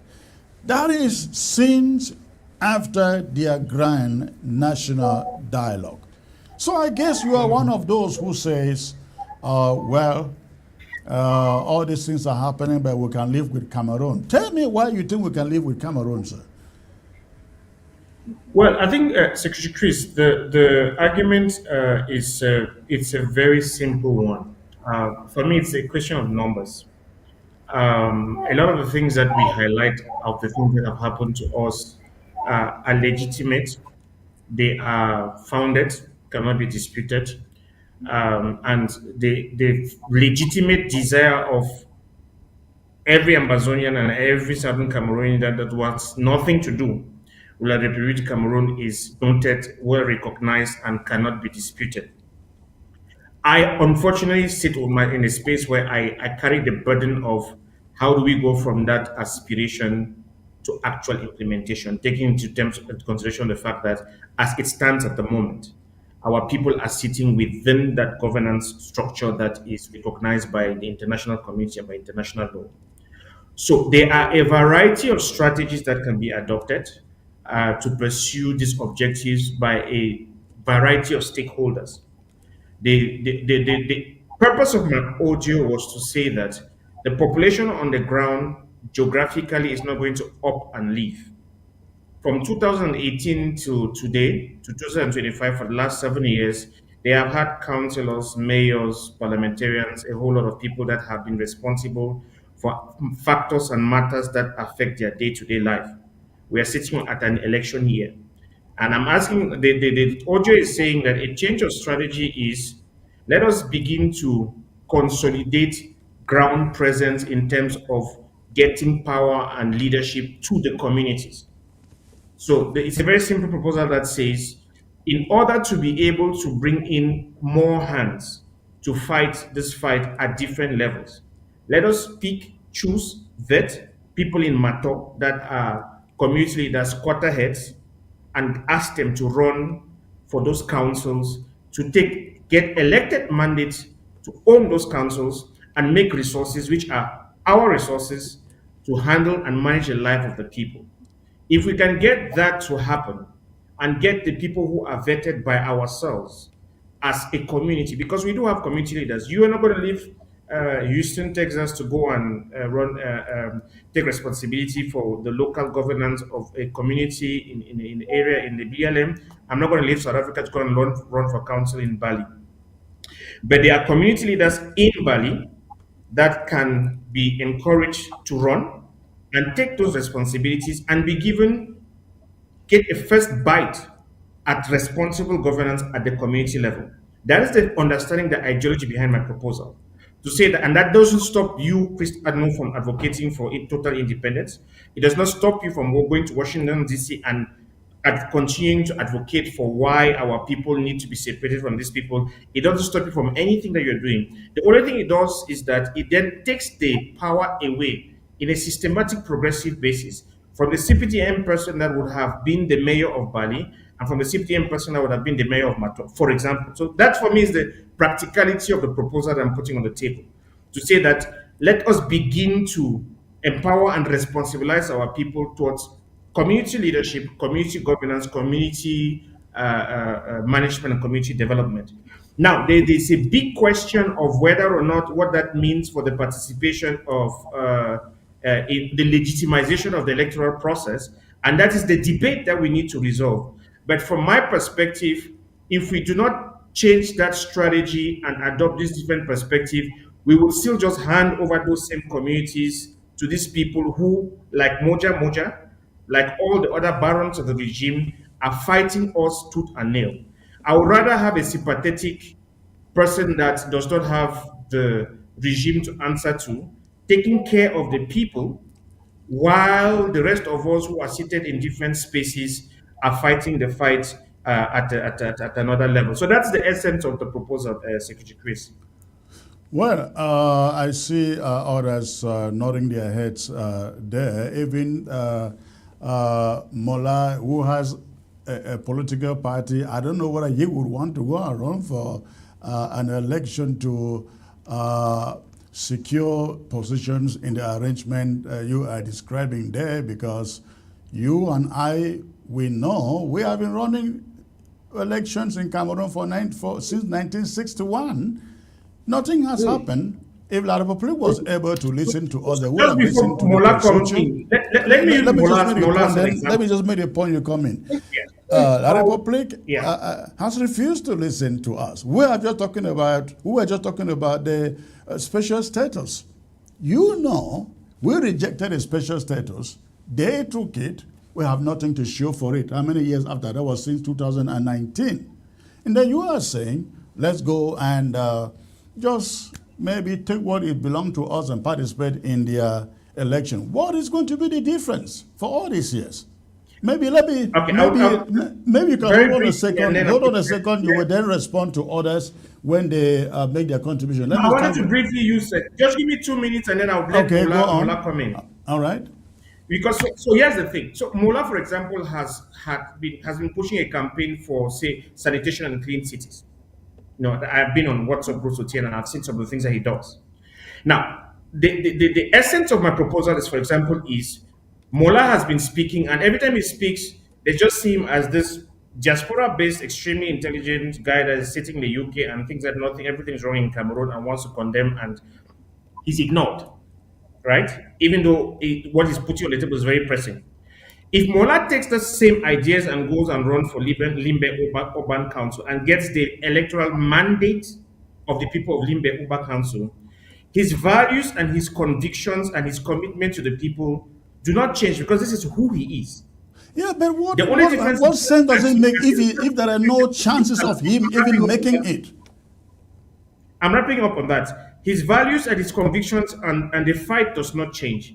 The only difference is that he's now going to be speaking as the mayor of the city of Limbe, pursuing the same objectives that he has been pursuing in his political fight. The only difference is that he cannot be dismissed because the people of Limbe have voted for him. That's the essence of my argument, but I'll throw it back to you to hear what the others say. All right, let me let Mola come in there. Okay, Chris, I always look example, because all the things that we are doing, people have already done it before. I've often said, my target is not presidential election. I'm not interested in that one. We have members of parliament in British Cameroon. We have councillors or what. That have often been my target. And my reason is practical. When you look at somebody like Bello Buba have one seat in Northwest and Southwest region. Frundi, they have won. Mola and Joa have won. The problem is, like in Northern Ireland in this country, those people want to join the Irish Republic. The Scottish National Party wants to go. They gave them a referendum. Why? Because they brought decentralization. They had majority of the seat in Scotland. They have the mandate. It's true that we know that maybe 90% of British Cameroonians, they want independence. But you have to take that opinion poll and put it into practice. We are not saying it's going to happen in 1 year, 2 years, 5 years. But when we start having within one MP, Northern Ireland, when they have one MP, they don't come to Westminster. They don't, because they are Republicans. They want to join Ireland. So it's one seat, one by one. Look, the long time, how long we have wasted time with SDF, more than 30 years. Because at the end of the day, you need a minority party for people to start taking that seat. Because at the end of the day, let's face fact, Mr. Biya is governor in Cameroon. These people, they use Mr. Biya to do whatever they are doing with our country. But when we start, okay, the regional assembly, Scottish National Party want independence. But they are controlling what? Decentralization. Because they are not in power like in the UK. They have no power. But they have given them independent referendum before, majority vote to remain. So it's still a practical means in another way. I believe that is more progressive than us just sitting here and be talking. I can take those seats and say I'm not going. I went to the Major National Dialogue. I knew what they were going to do, but I told them off inside them. In politics, you just speak your voice. That's what happened. Niger Farage was a one-man party in the United Kingdom. Now they are talking about him to become maybe the next prime minister. So there are other ways. There are so many ways to catch a rat without cutting his tail. You don't, because you, Chris, you go and become a mayor somewhere doesn't mean if you want independence, you don't want independence. That's what you are. That's your political opinion, independence. And you start getting this, I always say small catch a monkey. That's it. Dennis, this sounds to me like cut and run, isn't it?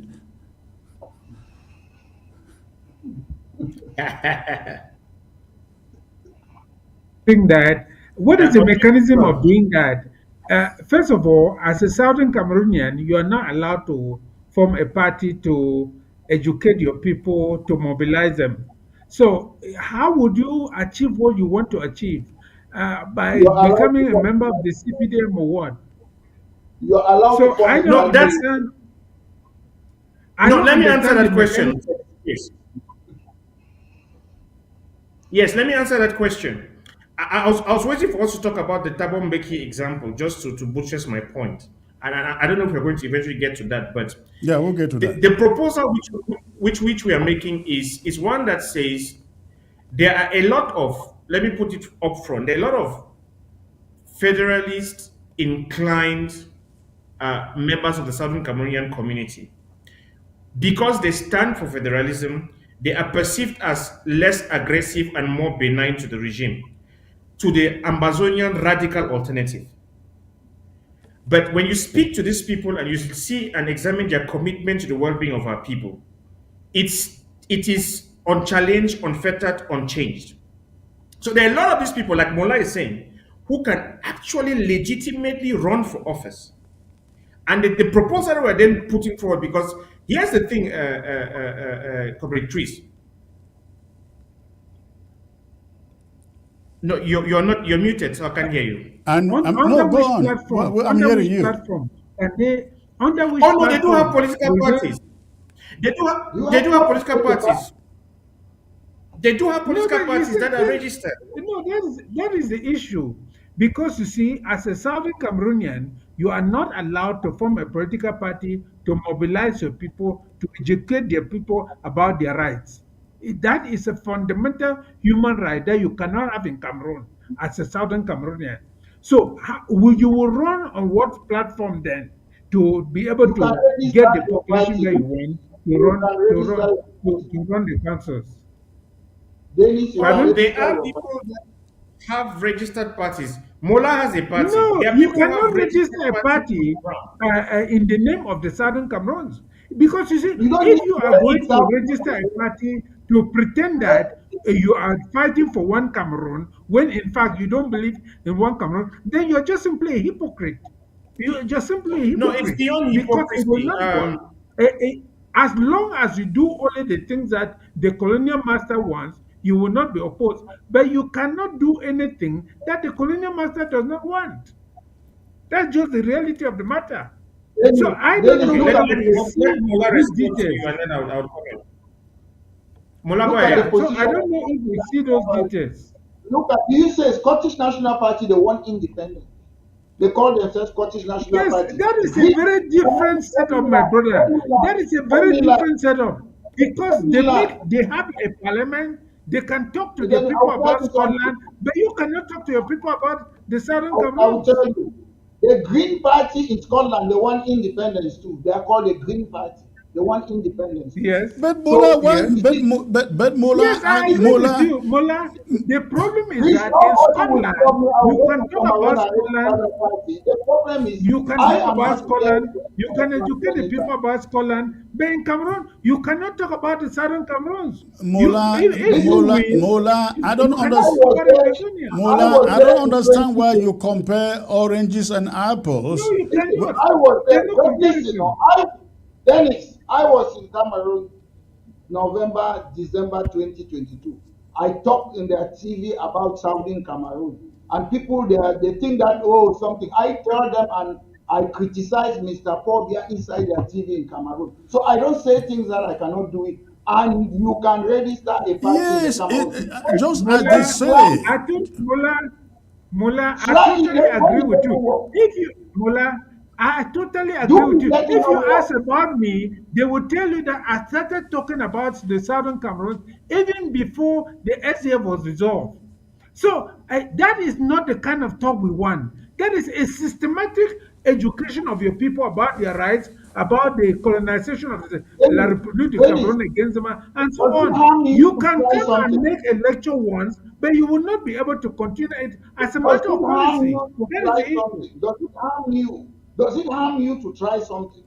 If you go and register, if you try to stand, you may No, not be Mullah, because elected. it if I may waters come down in your there, struggle. It waters down your struggle when you begin to talk in terms of one Cameroon, when in your heart and in the end you So I'm not you talking want about one two Cameroons. Cameroon. I'm talking about the right of No, but self-determination. you end up talking about I'm not it. talking about one let me Cameroon. come in there. Let me come in there. Let me come in there. Mullah, I don't understand the point you make. You live in London and you know you are comparing apples to oranges here when you quote Ireland, Northern Ireland, and their urge to want to get their own independence. How can you compare that with Cameroon? You just said you were there in Yaoundé. Republic of Ireland was on Chris. Republic Yes. of Ireland was under colonial rule, under Britain. They had what they call the Easter Rising. They arrested their leader, they shot them in a firing squad. What did they do? They had multi-partyism. They stood for election. What they get, what? Absolute majority. That's how Ireland had. But Mullah, we are talking. No.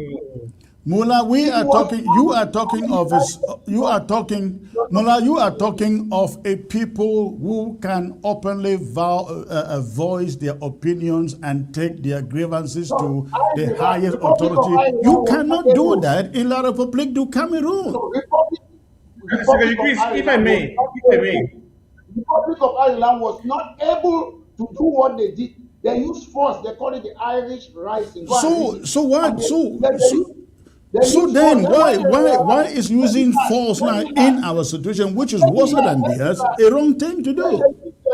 They killed their so, leaders. so Then they said, Secretary okay, Chris, let's if make I may one come in, round stand for it. And they stood for election, and they got absolute majority. It was under colonialism. Before you make Dr. Secretary G. Chris, yes. So here's the thing, and Uncle Dennis, if you may, I think the key is for our people to understand that political participation through electoral processes and democratization is an entire part of our fight. No. That's When not the what we have to. federal We have to draw the line. no, no. Dennis, hold on. Dennis, hold Hold on, on. let me finish. No. Let me finish. Dr. Listen. Dr. Gabila, we have to draw the line. This is not what we are fighting. Is not about democracy, not about multi-party system. It is about liberation. Until we draw that line, we'll keep talking about elections and democracy. This is not about democracy. SDF, isn't it? It's like the illusion of the SDF. If you would give me 30 seconds to respond uninterrupted. The objective of our liberation is towards the establishment of a liberal, democratic, meritocratic society that takes care of the well-being of the people. Correct. That's number one. Not with La République du Cameroon included. The procedure for the attainment of a liberation, which you have proposed, is by means of a referendum. A referendum is a democratically organized people consultation process that entails voting on options of independence or not. So I get your point. Hold on there. I'm not stopping you. Hold on there. So on that premise, why not go out and campaign and say, you know what? Let's carry out a referendum in Ambazonia, and Ambazonians I will be the first person to say Ambazonians go out and vote. That is the point, Secretary Chris. Political participation is building those structures that you would use to run your referendum. Mullah, wait, please. Mullah, hold on. Political participation is you actively participating to do the groundwork that it takes to build the constituency that will buy your ideology of your But you are referendum. talking about a You are not going. situation where the No, playing but you field see, is level. You are no, talking my about a brother. situation What you are where the saying playing cannot be field is done level. when The you playing go field is and not level vote here. No, within a one Secretary Cameroon Chris, system. the leveling No, of no, the no, playing no. field is by means of political participation. You will not level the No, playing field by And sitting in we who this is in understand container. that. charge? That Who is a is in very charge? different Hold thing on, from comrade. This you subject is very voting The important. only within way the you become committee in within Dennis, charge one all of is you, by Cameroon. hold on there. participating in All of the you, hold on process there. Hold on and there. getting an electoral Please, mandate. please hold on That is there. how you Please become hold in on there. charge. Hold on, hold on, hold on, hold on, hold on, I hold can't on buy there. this. Hold on there. Hold on there. Mola and Dr. Gill, even in La Republic du Cameroon, their major opposition has been told you are not qualified to contest for election, and you think they will go to Ambazonian and organize a fair and free election? Kamto has been told he's not qualified to vote, to present a political party. We are not talking about So presidential the election. argument that we are making, Secretary Chris, is We are that not it is talking in about our presidential interest. It is in our best interest and it's in the interest of our fight not to block the political process, but to seed it. No, no, no, It no, is no, to no, our no, no, benefit. no. The I think only, we the are only confusing the political issue. process No, in no, no, no, no, Ambazonia no. now is the liberation process. The only political Exactly. process in Exactly. Ambazonia now Exactly. is the No liberation participation in the process. one That Cameroon is what They we are want. process. related, Secretary No. Chris. They are related. When you No. think of it, how do you think Eh, of eh, how do you eh, eh, conceptualize a eh, eh, liberation? How do you conceptualize a liberation process that No, does not no, no, involve the no. You are people? making a big mistake. No, no. Let me just ask you a Explain to simple me, question. Let Dennis, how do Dr. you Gio, hold on now. conceptualize You've been speaking how do for you a while. Let conceptualize Dennis a speak. liberation process Let that does Dennis not speak. include the consultation of the people? Eh, It is the My people, brother, the sovereignty. Sovereignty belongs to the people. It is the people who no, you decide are to give confusing you the liberation. issue. You are confusing the issue. No, it's not a You are confusion. confusing the issue. Do you, let me ask you a simple question. Do you believe that without forming the kind of political party you want and to compete within the one Cameroon system, if they come today and say they give you 1 month to prepare for a referendum, you'll be unable to mobilize your people to vote in a referendum? That education that you are talking You about are not within the one Cameroon system is not necessary for a referendum. It's not necessary. listen, It is. listen. It is Politics is absolutely, alternative to war. absolutely necessary. How do you We think have you're a going to organize a political referendum? party. In your No, opinion, My no. people, how do you get to a point where a decision is made for a referendum to organize? It has to be by an act of parliament. No, it And has to parliament be is made through up of that. It has elected to start officials. with, no, it has to start with Okay. How? dialogue. It It has to will start take with a dialogue. The parliament. two It will parties take sit a down and parliament. agree for a referendum, not an act of parliament. The two parties It come will take together an and act of agree parliament, for a Secretary referendum. Chris. these people in please, Listen, the these government people in of the Northern Republic Ireland, they of want Cameroon independence. cannot under. All right, Yeah, Dr. sorry, go Gabila, ahead, let's not be Mola. talking over each other. Hold on, let Mola speak, please. He hasn't spoken for a while. Go on, Yes, sir. Mola, go ahead. Sorry. I just want to say, what those people who speak up arms that they are fighting, they want what? Independence. I always give my example, and sometimes you say orange and what, but I will still tell you. The IRA in Northern Ireland, some people they pick up arms, they were fighting the British government. Then you had Sean Fein political party, they were taking their seats, they want independence to join Republic of Ireland. So those who want to take arms, that's their business. The leader of Sean Fein political party, Jerry Adams, he keep on repeating that he was never IRA. He had a political party, he was taking the seat. Then Martin McGuinness, who used to be first minister, they were the one doing IRA challenging the British government. So I don't see why we're arguing on this platform. If somebody knows that he has the capability to go and use the arm, good. If somebody knows that they have the political means to start and be taking the seat, good. That's easy. Dennis. No, I don't want you to be comparing the British situation where the people have the absolute right to talk about the fundamental things that they want, when you cannot talk about Ambazonia Let in the Dennis one finish. Cameroon Let context. Dennis finish. IRA did You not have the cannot, right. you see, you are comparing things that Therefore, they cannot were be using compared. the Can you go to listen. now? Tell me, my brother. Since this struggle IRA, they were began, not. since the war began in 2016, can you go and hold a lecture on Ambazonia in La République du Cameroon. Some of you were clapping for Wiba. No, If you would have had, can you do that? I want to answer you. Some of you were clapping for Wiba. Yes. If you have 1, 2, 3 Wiba in the parliament and they are talking, is it not good? Is it not good for you? No, but Must you always be why did social Wiba media? have to leave? Why did Wiba Listen, have to leave? Why did you are Wiba have not to leave answering the my country? question. My question is, if we had, forget leave is another story. If we had No, but that 5 was a or 10, momentary thing. that's not my No, question. the system If we have- shows you that listen, he could not continue with I his don't know why lectures Wiba within the Cameroon. No, Wiba left you cannot talk voluntarily. about We something that you we don't cannot be want to do. talking over each other. Then nobody hears what we are saying. I don't know if somebody can answer in the panel is that if we had 1, 2, 5 people shouting, disrupting the parliament, even the La Republic parliament, while we are doing our own work, is it not good? It's not good. Frundi did that for years. No, that is not Frundi did that for years. Where did it end? Fundi has never been a parliamentarian and Fundi was a But he has the highest number of parliamentarians ever in the history of that country. Let me tell you something. Secretary Chris, Mola is asking the question. From the northwest and the south, or from the northern and the southern zone, we have the possibility of having, say, 14, 15, 20, 25, 30 parliamentarians.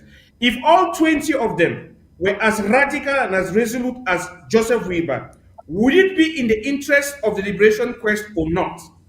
Do you think, that's a great question, comrade. Yeah. Do you think, let me answer your question. Hold on there. Yeah. Hold on there. Let me answer your question. If things were under normalcy, they couldn't do that. Weber ran out of the country because after saying that his head was in danger, he ran away. You think this is the moment? After 9 good years of fighting and they killing our people and burying them in mass graves, you think this is now the moment that they would kind of reason to come to sit down to talk? The you're making in this proposal is that you are seeing it as a substitute of the fight. This is not what we are saying. We are saying open a different front. What is the front? Open a second front. The front meaning Cameroon elections. Infiltrate the system. Open a different front. Find 20 Wilbers and send them to parliament. We have done that before. That has been done before. Even when we had parliamentarians in parliament, that was not possible. It was not done before. Let me prove to you it was not done before. The parliamentarians of the SDF were not sent there by Southern Cameroonians. They went there on an electoral mandate of the There will SDF. never be Southern Cameroonians sending parliamentarians to La République du Cameroon. There will never be. No, but that is the point we are making. Moro and I are saying that there are X number of parliamentary seats allocated to the northern zone and the southern zone. Let us make sure that those seats do not go to the CPDM, and let us make sure that we find representatives of our own community. No. Before you say no, it's your opinion versus my opinion, and let the people decide. And I'm saying that. No, we are saying that it is in the interest of our people to occupy those positions, because guess what? Secretary Chris, if we don't occupy those positions, let me finish this. Dr. Gabila, you talk like somebody who doesn't know his history. You talk like somebody who doesn't. Hear me out. I hear you, Dr. Gabila. I hear you. I think the problem is you don't remember your history. So give me 30 seconds. You're talking over me and I can't explain myself. No, because you keep on talking. Let others talk. When you talk. So hear me out. Give me the 30 seconds. If we don't occupy those positions, they will be filled anyway. Okay? Correct, as they've always done. Exactly. They will be filled with the models of the world who are going to make the lives of our people miserable. You know it's an opportunity for us to choose. When and we're saying that instead of letting those positions be occupied for the models of the world, let us make use of our legitimate right and set Mola Alex Kisinge to occupy that position. But that will not last. If Mola Alex, who is sitting here, no, just hear me out. No. If Alex becomes a parliamentarian, Dr. Gabila, you had your 50 seconds. If Alex Kisinge becomes a parliamentarian, you have his phone call.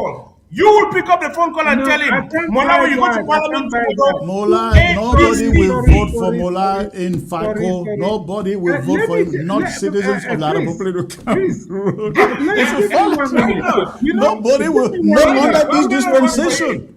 Not Give me under 1 this minute. dispensation. No, Nobody you will. know, Even me, I go to the BLM. Imagine me going to the BLM. You think nobody will vote for me under this same dispensation? It will not happen. We know that because we've lived it for the past 60 years. You know, this was the idea of the SDF.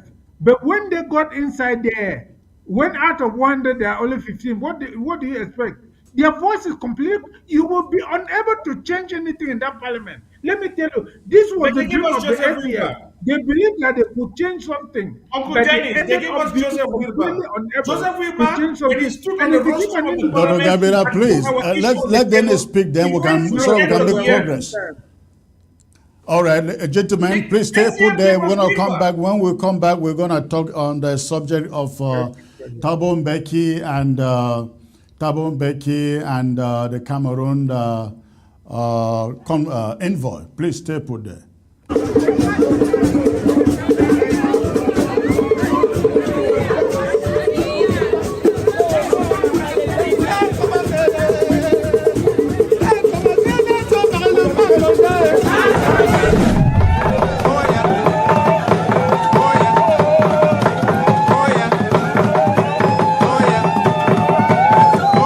Are you planning a convention for your cultural or development association this summer?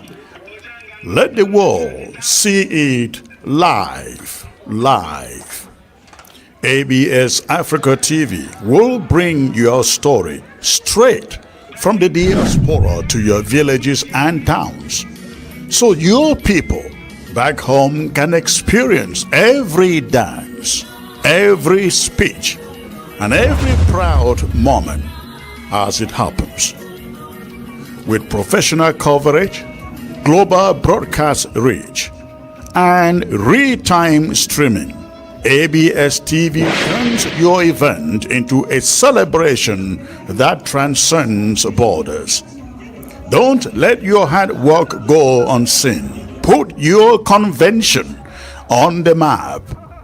For booking and inquiries, please email us at absafricatv@gmail.com. Again, absafricatv@gmail.com. Or for WhatsApp purposes, send us a text at the number 346-504-3666. ABS Africa TV. We are bridging culture and connecting generations.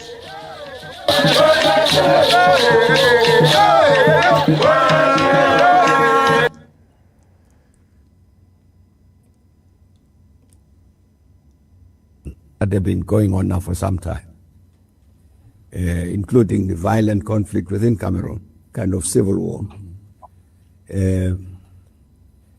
So we've been trying to talk to President Biya about this thing, to say as the African Forum, that's a former heads of state of Africa, to talk to President Biya to say we are ready to assist you, to work with you to solve this conflict.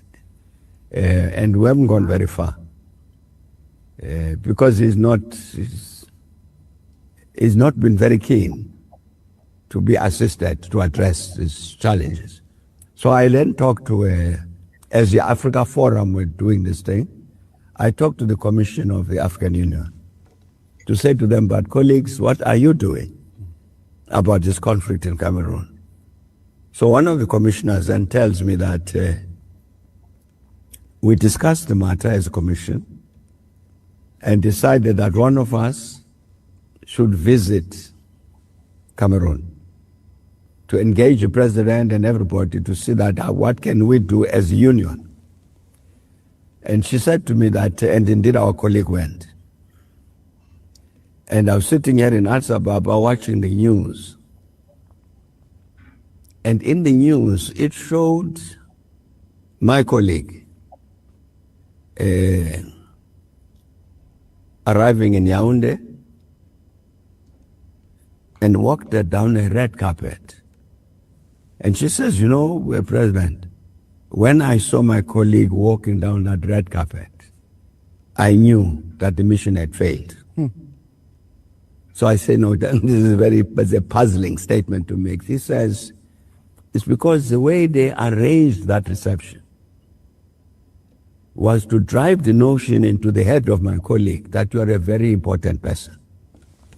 So you are received with great grandeur.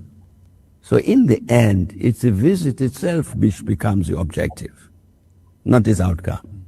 So I knew that my colleague would be so happy that he was received so well, and the red carpet and the champagne, this and that and the other. The mission would die. It's a crude reflection of the death of the Pan-Africanist objective. You can't sit there as a full-time functionary of the African Union and you go there to solve a very serious conflict among the Cameroonian people, but you don't carry it out because all that happened, that satisfies you, is that I was given all the necessary protocol and the due and so on. So now I'm a big person. It challenges in Cameroon that have been going on now for some time. All right, ladies and gentlemen, including the violent conflict within Cameroon. This subject. You listen to Thabo Mbeki, former South African president, lamenting of the decay of. Let me just put it. Let me not put it decay, but we put it the intransigence of La République du Cameroon to want to sit down to look for a solution to the 8-year-old war. Former heads of state sending an envoy to Paul Biya to sit down with him to see the leaders could be of help in resolving this conflict. And Thabo Mbeki is saying the envoy was essentially corrupted. All you received, all you came back with was a good reception and perhaps with a golden statue. And this is what we are talking about. Comrades, only a few days ago, I think 2 days ago, one NGO leader, an American, was working really, really hard to get Cameroon to see they can sit down and negotiate an end to this war. She called me and said to me, at this moment, it doesn't appear like Cameroon is ready to listen, to do anything, and it's like her organization has to look a different way. This is what we are talking about. An 9 years old conflict. Not a single moment have they agreed to sit down to negotiate.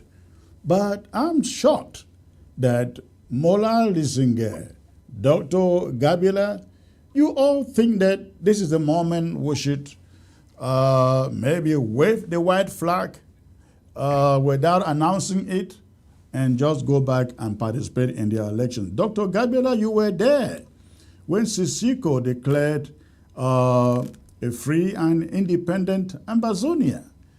You had all these ideas. If they were good enough, you wouldn't have been there supporting it.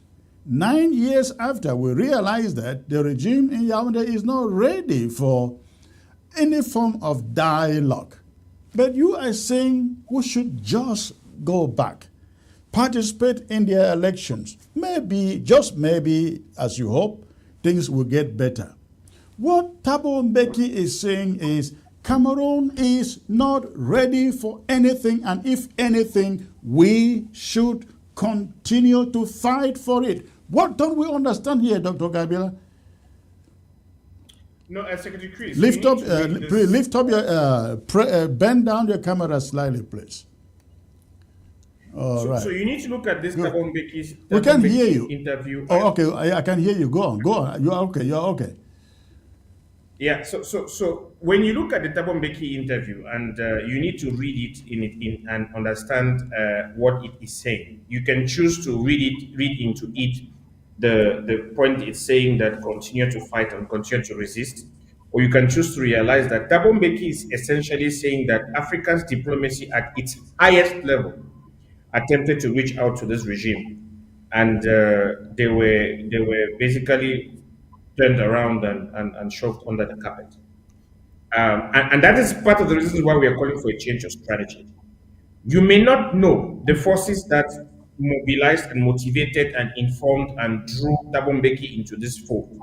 Some of the people who have access to and were able to bring him to take an interest in our matter and to the point of getting him to get this involved are some of the people that you are saying today we should have nothing to do with them. I say this because I have insight knowledge and background information about this whole thing, the way it transpired. And that's why we are calling for a change of strategy, as Secretary Chris.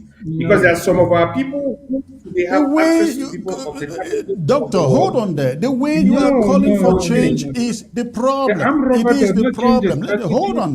Let me come. The way you are calling for change is a problem. If you start by saying, okay, La République du Cameroon,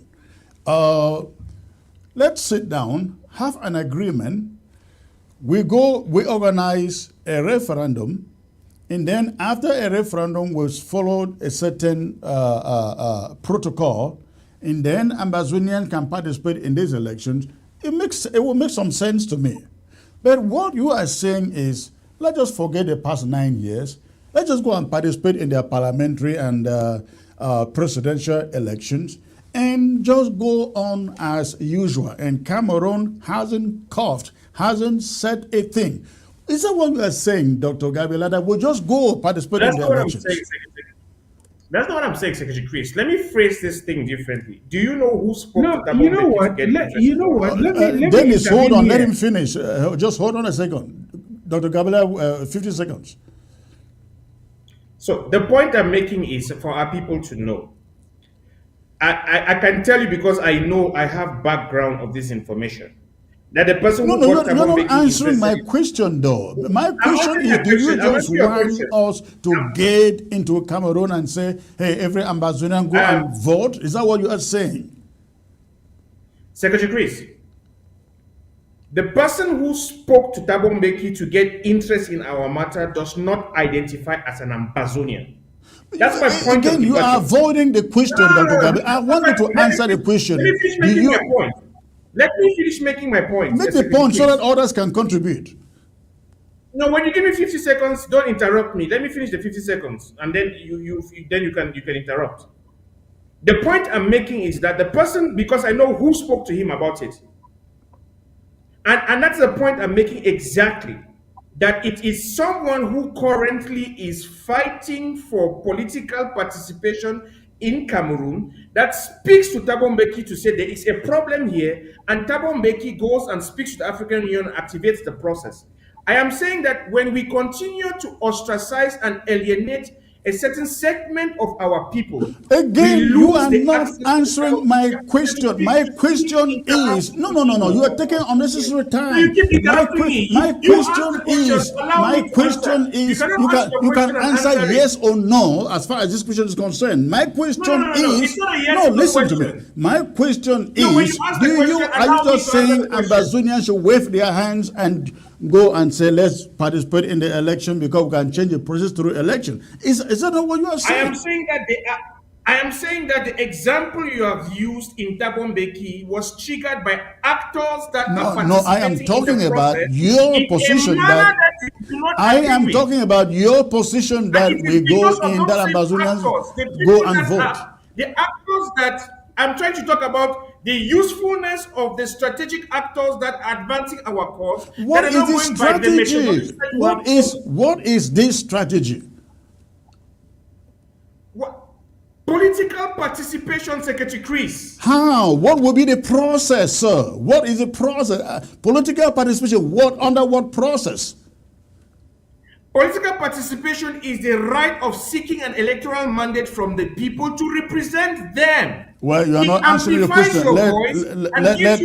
Let others try. Dennis, come in there. Comrade Chris, I'm shocked. I'm shocked to see these attitudes. It just shows that we have not understood the nature of colonialism. Go back to human history and tell me when you have ever negotiated colonialism to pack and leave. Everywhere that colonialism has been defeated, it has been defeated only by pressure and force. If we are to change attitude, it should be to intensify the struggle against La République du Cameroon, not to go back negotiating or sitting down or going to participate. Since 1961, they have just walked over us because of that stupid attitude where our parents every time compromise and say, okay, no, our brothers, we don't want this, let us go and participate. They have just taken you people as complete fools. Complete fools. I Dennis, think that Thabo Dennis, Mbeki Let do you is Dennis think finish. it is thinking Let about. Dennis Ambazonian finish, that spoke please. to Thabo Mbeki to go and speak to the African Union Commission? I'm asking you a direct Let me question. tell you, Do it you doesn't think that matter whether do he you think spoke to that them do or you not, think that but you Thabo can Mbeki see got that interested his in our strategy case cannot work. because of Let your me tell you, activism? he has, No, you answer my can see that question. that strategy will not work. You can see that. Is No, that no, what the you're not ANC answering my did? question. I'm asking you a very direct question. Do you think Yes, that ask me. Thabo Mbeki got the African Union involved in our matter because of Ambazonian activism? It's a direct question. Yes. Let me ask you the other question. Do you think that this is the first time No, no, answer my The question African Union was before you being ask your informed? question. Do you think this was the first time the African Union was being informed? No, you are turning around No. the issue. You're turning around the issue. Wow. Why is Okay. why is the Thabo Mbeki intervention very important? That is diplomacy, African diplomacy at its highest level. But that was No, but has it then. If That produced ever was any there's result? going to then. be No, look, if ever there's I going am to not be an interested. intervention in our matter, following your approach of brute force, you would have to get institutions like the African Union involved in speaking to the regime of Mr. Biya. No, At the point let in me time tell with you, our adopted strategy, we do let not me have tell you. access to people that can take our issues to the table. It is a No, but federalist that went and spoke to Thabo Mbeki no, to put the issue on the table. I'm It's the sorry, point I'm I'm Doctor, making. sorry. doc, Let me also tell you, as far as the It's a African Union federalist is that Dr. went concerned, and Gabela, spoke to let let Thabo others me Mbeki talk. about We've this been talking question. all along. And Let why did others Thabo share Mbeki their receive opinion. him? Because he is a recognized member and representative from within our community. That That is doesn't how that answer the particular diplomatic question incident on the took table, place. Dr. Gabela. That doesn't answer the question but on the table. you know The what? African You Union, know what? hold on a second there. The African Union, Dr. Gabela, even if they intervene, will not say, okay, for the sake of participation in the political process, Ambazonian should agree to go out and participate in Cameroon's election. The African Union, whether Thabo, Mbeki, or Wu, will say, let's sit down and figure out the process of resolving this conflict. Elections will come after. The elections are right now in October, and what you are saying here is Ambazonian should just go and vote. You know, What Dennis. I'm we saying can't. here, Secretary That is Chris, a terrible what I'm saying mistake. here, Secretary Chris, is that Dennis, by go on. participating in those elections, No, you get an you know electoral what? mandate to go and speak You know for the what? people. No, my brother is actually confusing himself because there is no platform under which you can you can participate within the context of one Cameroon as the people of the Southern Cameroons. No, there's no such context. Because even if you were to form a political party, the Francophones who are in your area will also vote because you are competing within the one Cameroon party system. And it is not necessarily that those people you have voted will go and represent you. Once they enter in that parliament, their voice will be completely stifled. Exactly as the SDF thought it would go into parliament and change the situation, and it never changed. What I wanted to say is simply that even as Thabo Mbeki has intervened, you can see that they intervene from a very wrong angle, a misunderstanding of the situation. You don't go negotiating with an armed robber to end the armed robbery because it will never end through that negotiation. There is nowhere in human history where colonialism has been negotiated to pack and leave. It has never left. Let us understand that. If they want to intervene, they must first of all understand the problem before they seek to engage Cameroon, not even to ask Mobia to help him to solve the problem as he was saying, because we have agreed that this is not a problem for Cameroon to solve because it is not a domestic problem. As long as you go to Mobia with the idea that this is his domestic problem to resolve, you have made the problem worse because As long as Cameroon exists, it will try to hide that problem from the international community and make it a domestic problem. This problem is not a domestic problem as far as we're concerned. All So right. we would not want any situation where a second national dialogue is had because people are asking him to resolve the problem as Tabo make it sing. That is a big mistake. That is a fundamental mistake in the problem. All right, all right. I know Mola has been listening, and I know he supports the idea that Dr. Gabila is pushing here. But I don't know whether, Mola, I don't know whether you are also equally saying that let's just go in and participate in the Republic of Cameroon election without a process. I'm against presidential election. Okay. It's Why? Here we have 70-something%. Right. My point is, as we are talking now, at the moment, my point is we don't seem to understand the Cameroons. When Biya have given us sign who is the president of the Cameroons. When he says, Je suis meilleur élève de Mitterrand, he's telling you that he's a governor. When Biya says, Je m'en vais rendre compte à Macron after the major national dialogue, he's telling you that he's not the president. So we don't understand these things because at the end of the day, Biya has no power to decide to change anything in Cameroon. The main function of Mr. Biya is to use gendarme, beef, and oppress the people so that France should be taking the natural resources. That's Mr. Biya's job. There's nothing else. He's not the president of Cameroon. He's the president when it comes to oppress the people in the country. But when it comes, he has to take order from France.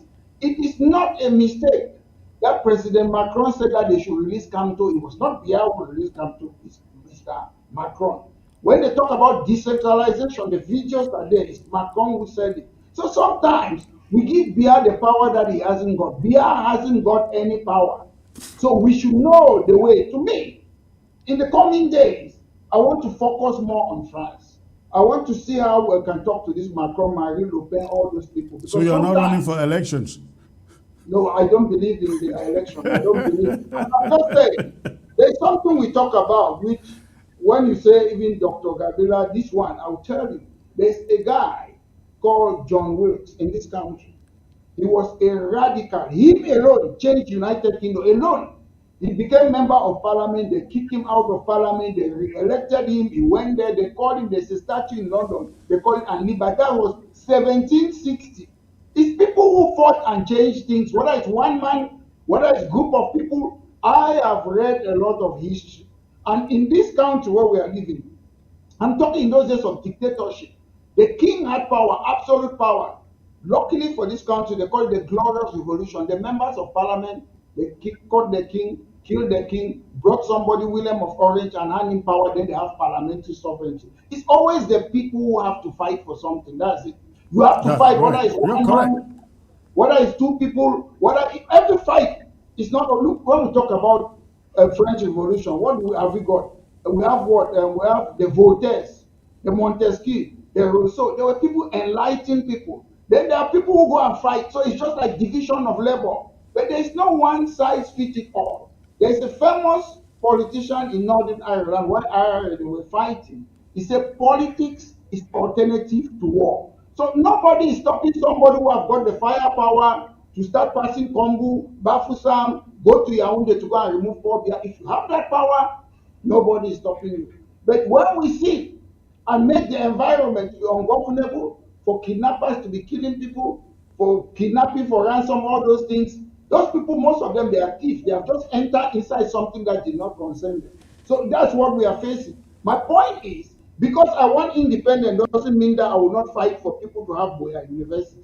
Because I want independence doesn't mean I will not fight for this fake multipartism. Because I want independence doesn't mean I will not fight for road and hospital. People want to live now. They need basic necessity. So we should not just put all of that in that independent. Yes, independent. The people want to live. They are living in that country. I'm not there. So I will still fight for something that will benefit people temporarily. I look at it. Independence is the roof of a house. You have to start with the foundation. Start building the foundation and going up. And there are so many ways to do that. I hear you, Mola. However, those are the things we've fought for already for the past 61 years. 61 years we've fought for the roads, we've fought for hospitals, we've fought for schools, we've fought for agriculture. What do we have to show? Nothing. We can't go back doing the same thing we did 60 years ago, and that is a problem. So the way is, I'm sorry, we have to round here because I open the phone lines because of time. But this is the point. This is the point. We are here today fighting and having our boys killed because we tried all that you have narrated for the past 61 years. We did not get anything. We did not get anything. Where is the deep seaport in Victoria, Mola? It is not there. The headquarters of Sonora is in Yaoundé. The headquarters of CDC is in Douala. All these things for 61 years. We have no roads to show, no schools to show, no hospitals to show, nothing. Zero. There come a moment you say enough is enough and decide to take the bull by the horn. That is where we are. Yes. I don't think there is any going back. Now but Dennis and Mola, please, you guys hold on there. I will open the phone lines right now. You are all muted for now. Let me open the phone lines because I think people want to call in and contribute. We will have only 10 minutes for those phone calls because the time is far spent. So if I can have the technicians put the phone number on the screen, let's know what is on the mind of the viewers out there. All right, the phone number is there on your screen. Go ahead and call. And when you call, make sure that you shut down the volume of your phone. Okay, let's get to the first caller here. Hello. Hello. Hey, hello, Comrade Chris.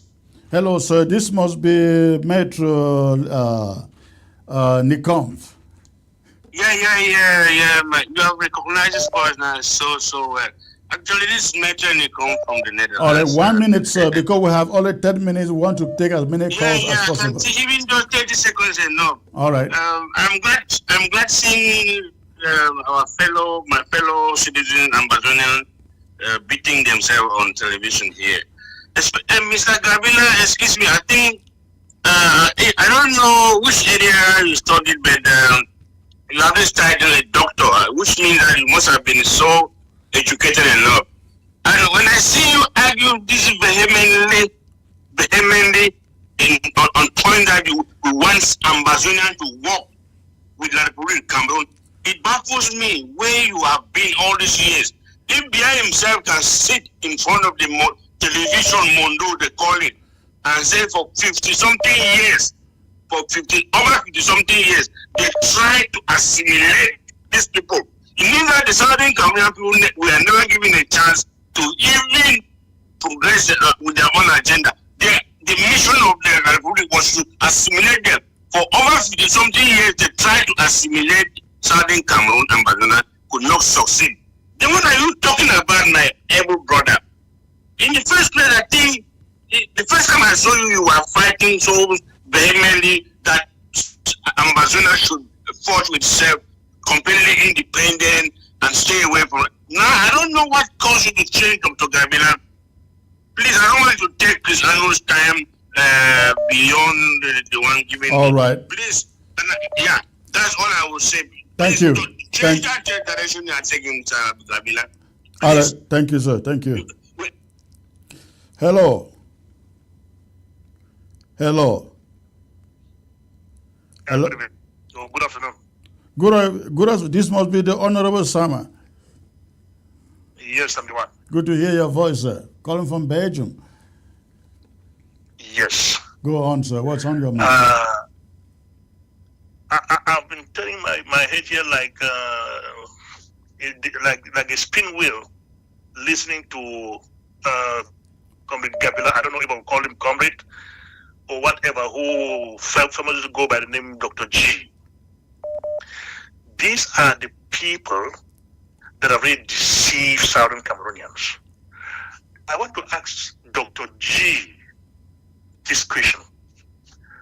Did he set out to frustrate the SDF to turn around and form a funny party to go and replace the SDF so as to get his own largesse from Yaoundé? Or what did he really set out for? For people like Dr. G are the worst set of people you can have in society. I want to ask Dr. G again the second question. How many times has he voted in La Republic's election since he was born? And what has been the outcome of that his vote that he thinks he can vomit and get back to that vomit and eat it and appreciate that vomit? All right. Is he really serious of what he's saying? Or what a hell is Dr. G telling certain Cameroonians that he deceived them 2 years ago or 3 years ago just to turn around and become the worst? I can believe Camto. I can believe Camto and this guy in the north who was the Minister of Communication. You guys call him who? I will trust them than trust a guy like Dr. G. Thank you. All right, thank you. Hello. Hello. Hello. Good afternoon, Comrade Chris. Good afternoon, sir. Where are you calling from, please? Calling from Canada. From Canada. Okay. What is on your mind, sir? Yes, I've listened keenly to the debate, and I'll first greet the panelists. But I want to exclaim loudly, having listened to learned panelists. Can you raise your voice a little bit, sir? I want to express my dismay, having listened to learned panelists on your panel there, people like Dr. Gwambila or so, thinking that they can effect any change in Cameroon through an electoral process.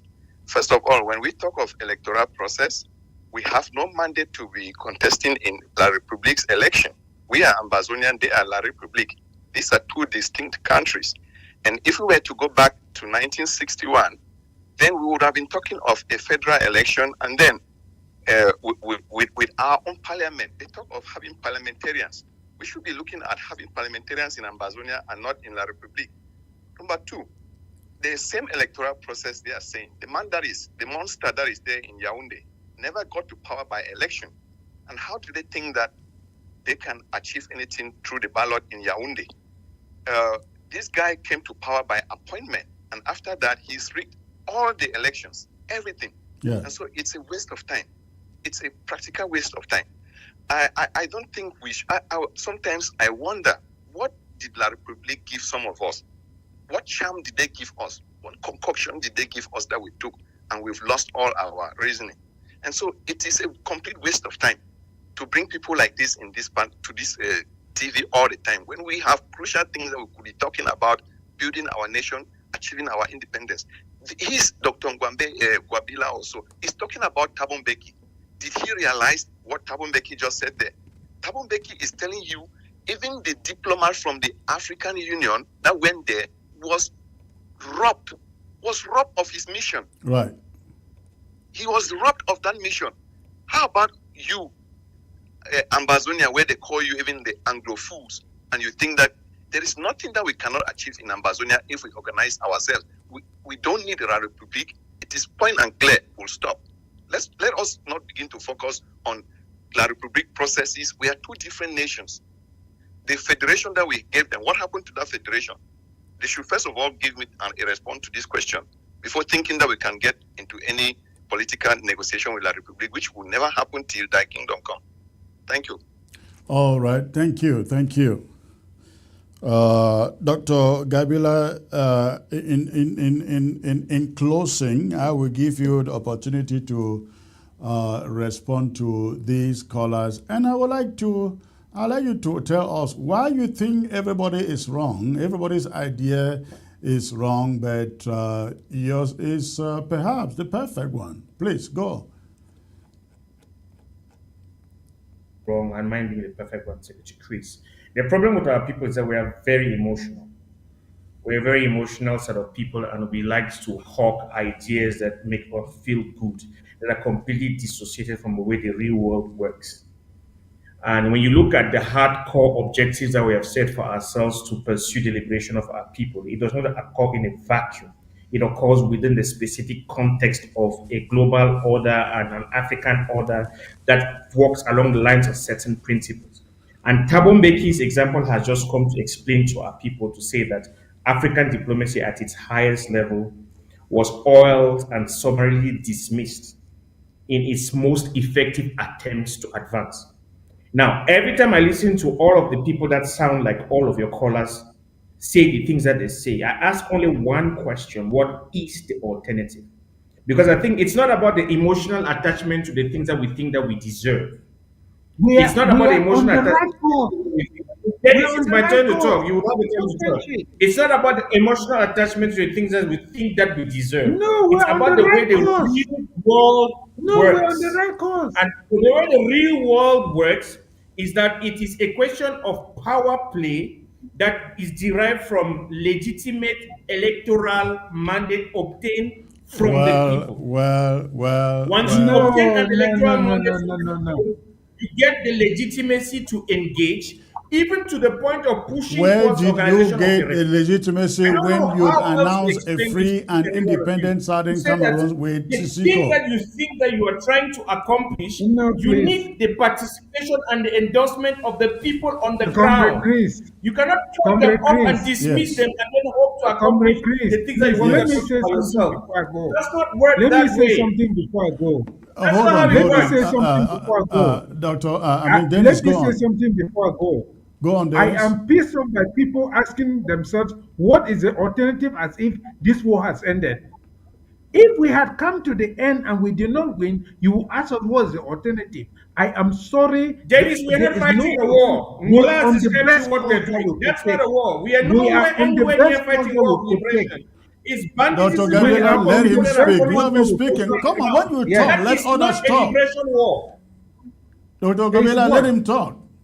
You know what? This is the best course that we could take, to stay along this course until the armed robbery ends. You cannot go tell me that you want to negotiate with the armed robber. It has never happened in history. Tabu Mbeki cannot tell me that he wants to go and negotiate with colonialism. It has never happened in history. Let me tell you that. Show me one example in history where you ever even negotiated with colonialism to pack its bag and leave, or where you went and negotiated with All the armed wars robber to end by leave you. negotiation It, with the parties that are yes, involved. but You should not only negotiate after with the your friends. You pressure. negotiate with It your is the enemy. pressure that brings the armed robber For the to the war in table, sir. Ukraine, you need to It talk to is the armed Russia. For robbery. every war of liberation, It is the for the pressure that apartheid in brings South the armed Africa robber to to the end, table. the ANC had to speak with the white apartheid government to Yes, negotiate but the All pressure is right, what all brings them right, to all the right, table. all right, all right. We're not starting this all over Without the again. pressure, they never come to the table. We're not You starting this negotiate all with over the enemy, again. not with your friends. And you don't negotiate in a vacuum. You must Dr. Gabila, get the people I that am you're meeting fighting all of for. you to take this call. Hello. Hello. Hello. Good evening, sir. Good evening, sir. Where are you calling from? I'm calling from Ground Zero. Nice to hear from your panel, and I'm very happy to greet you here. Okay, and what is your contribution, sir? Quickly. Yes, I have this to say. I want to ask that our brother, that is he having a big title, but very low in reasoning. When you want to advise people, look at the past, the events that has passed, then you can lay an advice. The first thing is, if you enter in Cameroon government, it's a system. No matter the idea that you have, they will kill it. Let him take all the Southern Cameroonian and put in that government, they will change automatically, they enter there. Then I want to ask him a question. If an ant bites your leg, will you just say an ant should go, or you will hit it and the ant should go? So what we need is not lies telling. I wish one day I could enter your panel. It's not lies telling. We need to hold this matter. Let these people stop deceiving people in Ground Zero and stop lying. We don't have anything to negotiate. When an enemy holds you, you hold the enemy and hit back. There's no story that they should come and be telling us here. He is having this idea. What has he done since we started dying in Ground Zero here? What has he done? What has he done to the people? Why do we keep on deceiving our people that are dying in the ground? And we keep on giving history. What is all this nonsense? Thank you. Thank you. What is all this? Thank you for the call. All right. Hello. Hello. Good evening, sir. Where are you calling from? I'm calling from the Northern Zone. Okay, and what is your contribution, sir? Yes, I just want to contribute on our doctor that is in the studio. Okay. Yes, one caller has called and asked a very good question that I was expecting that he would give an answer, but he did not reply anything to that question. What happened with the federal system? Let's not even talk about election. Let's not even talk about dialogue. The government of the Republic should just put back the system that we made them in place. Then from there, we can take it off from there. The system that we made them when we had should be replaced. They should put it back in place. The federal system should be installed back in place. Then from there, we can have any discussion with them now. Let's not even check the issue of dialogue too much. They should give our federal system back. Then from there, we can sit and talk now. Thank you. Good point. Thank you. All right. I will let Mola talk, and then we'll call it a night. It's been we've actually gone over the time now. Mola, please come in. Yeah, what I would like to add is that even when someone disagrees with another person what they're saying, we should defend the person's right to express their opinion. It's very important. It's very important. Even the fool and the innocent, they too have their own story. So I don't like something that people always try to castigate people or they are not or this what they are saying. We understand. For all of us, I believe, we believe in the same thing, but the problem is the mechanism, the modus operandi, how to achieve it. That's what I gather from the discussion to me. And you might differ from me, but I believe all of us we are passionate in one thing. But the issue is, how do we get it? Yeah, thank you. And I really want to thank all of you for being on board tonight. Unfortunately, we ran out of time, but I like to say this before we call it a night. The reason we debate this is for education purposes. We debate, and the people out there, as you have listened from their calls, they decide what they want to go for. And I think it is left for those who propagate certain ideas to say, okay, probably this is not a popular idea, the people are not buying it, and they figure out how we can pursue the road we are on. I am for, before anything, let's sit down and have a process. If we are to stay with Cameroon, it has to start with a process. If it is their elections, it starts with a process. Without that, I mean, if it is independence, it also has to start with a process. Everything should have a process. Without that, there is no, we cannot head anywhere else. So the idea that maybe we should just go and seek political legitimacy. In which country? I don't know. Not in La République du Cameroun, because we've seen declared, and Dr. Gabila was there, we've seen declared 2017 that we are no longer Cameroonians, we are Ambazonians. So I would like the public to go home with this message. We will fight, as they say, to the last person standing. Yeah, to the last person standing. If Cameroon is ready to sit down and talk, we are ready to sit down and talk.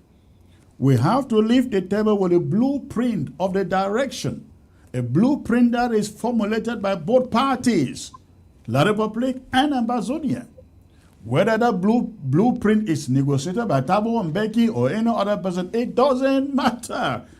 We just want a blueprint. If Thabo Mbeki go and sit down and secure a blueprint that says Ambazonia should go in for election, we will think about that. But we are not there yet. There is no protocol. That's what we are saying here.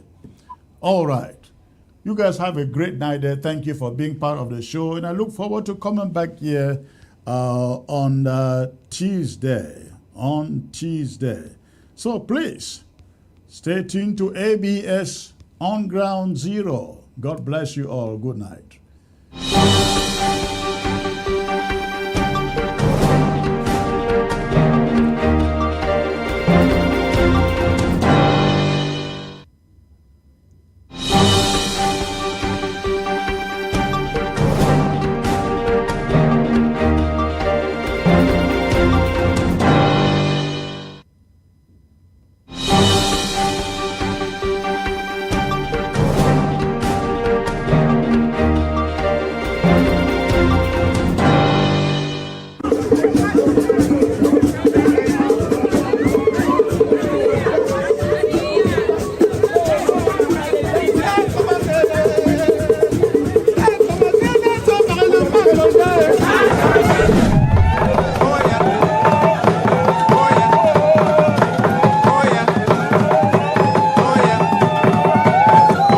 Are you planning a convention for your cultural or development association this summer? Let the world see it live. ABS Africa TV will bring your story straight from the diaspora to your villages and towns, so your people back home can experience every dance, every speech, and every proud moment as it happens.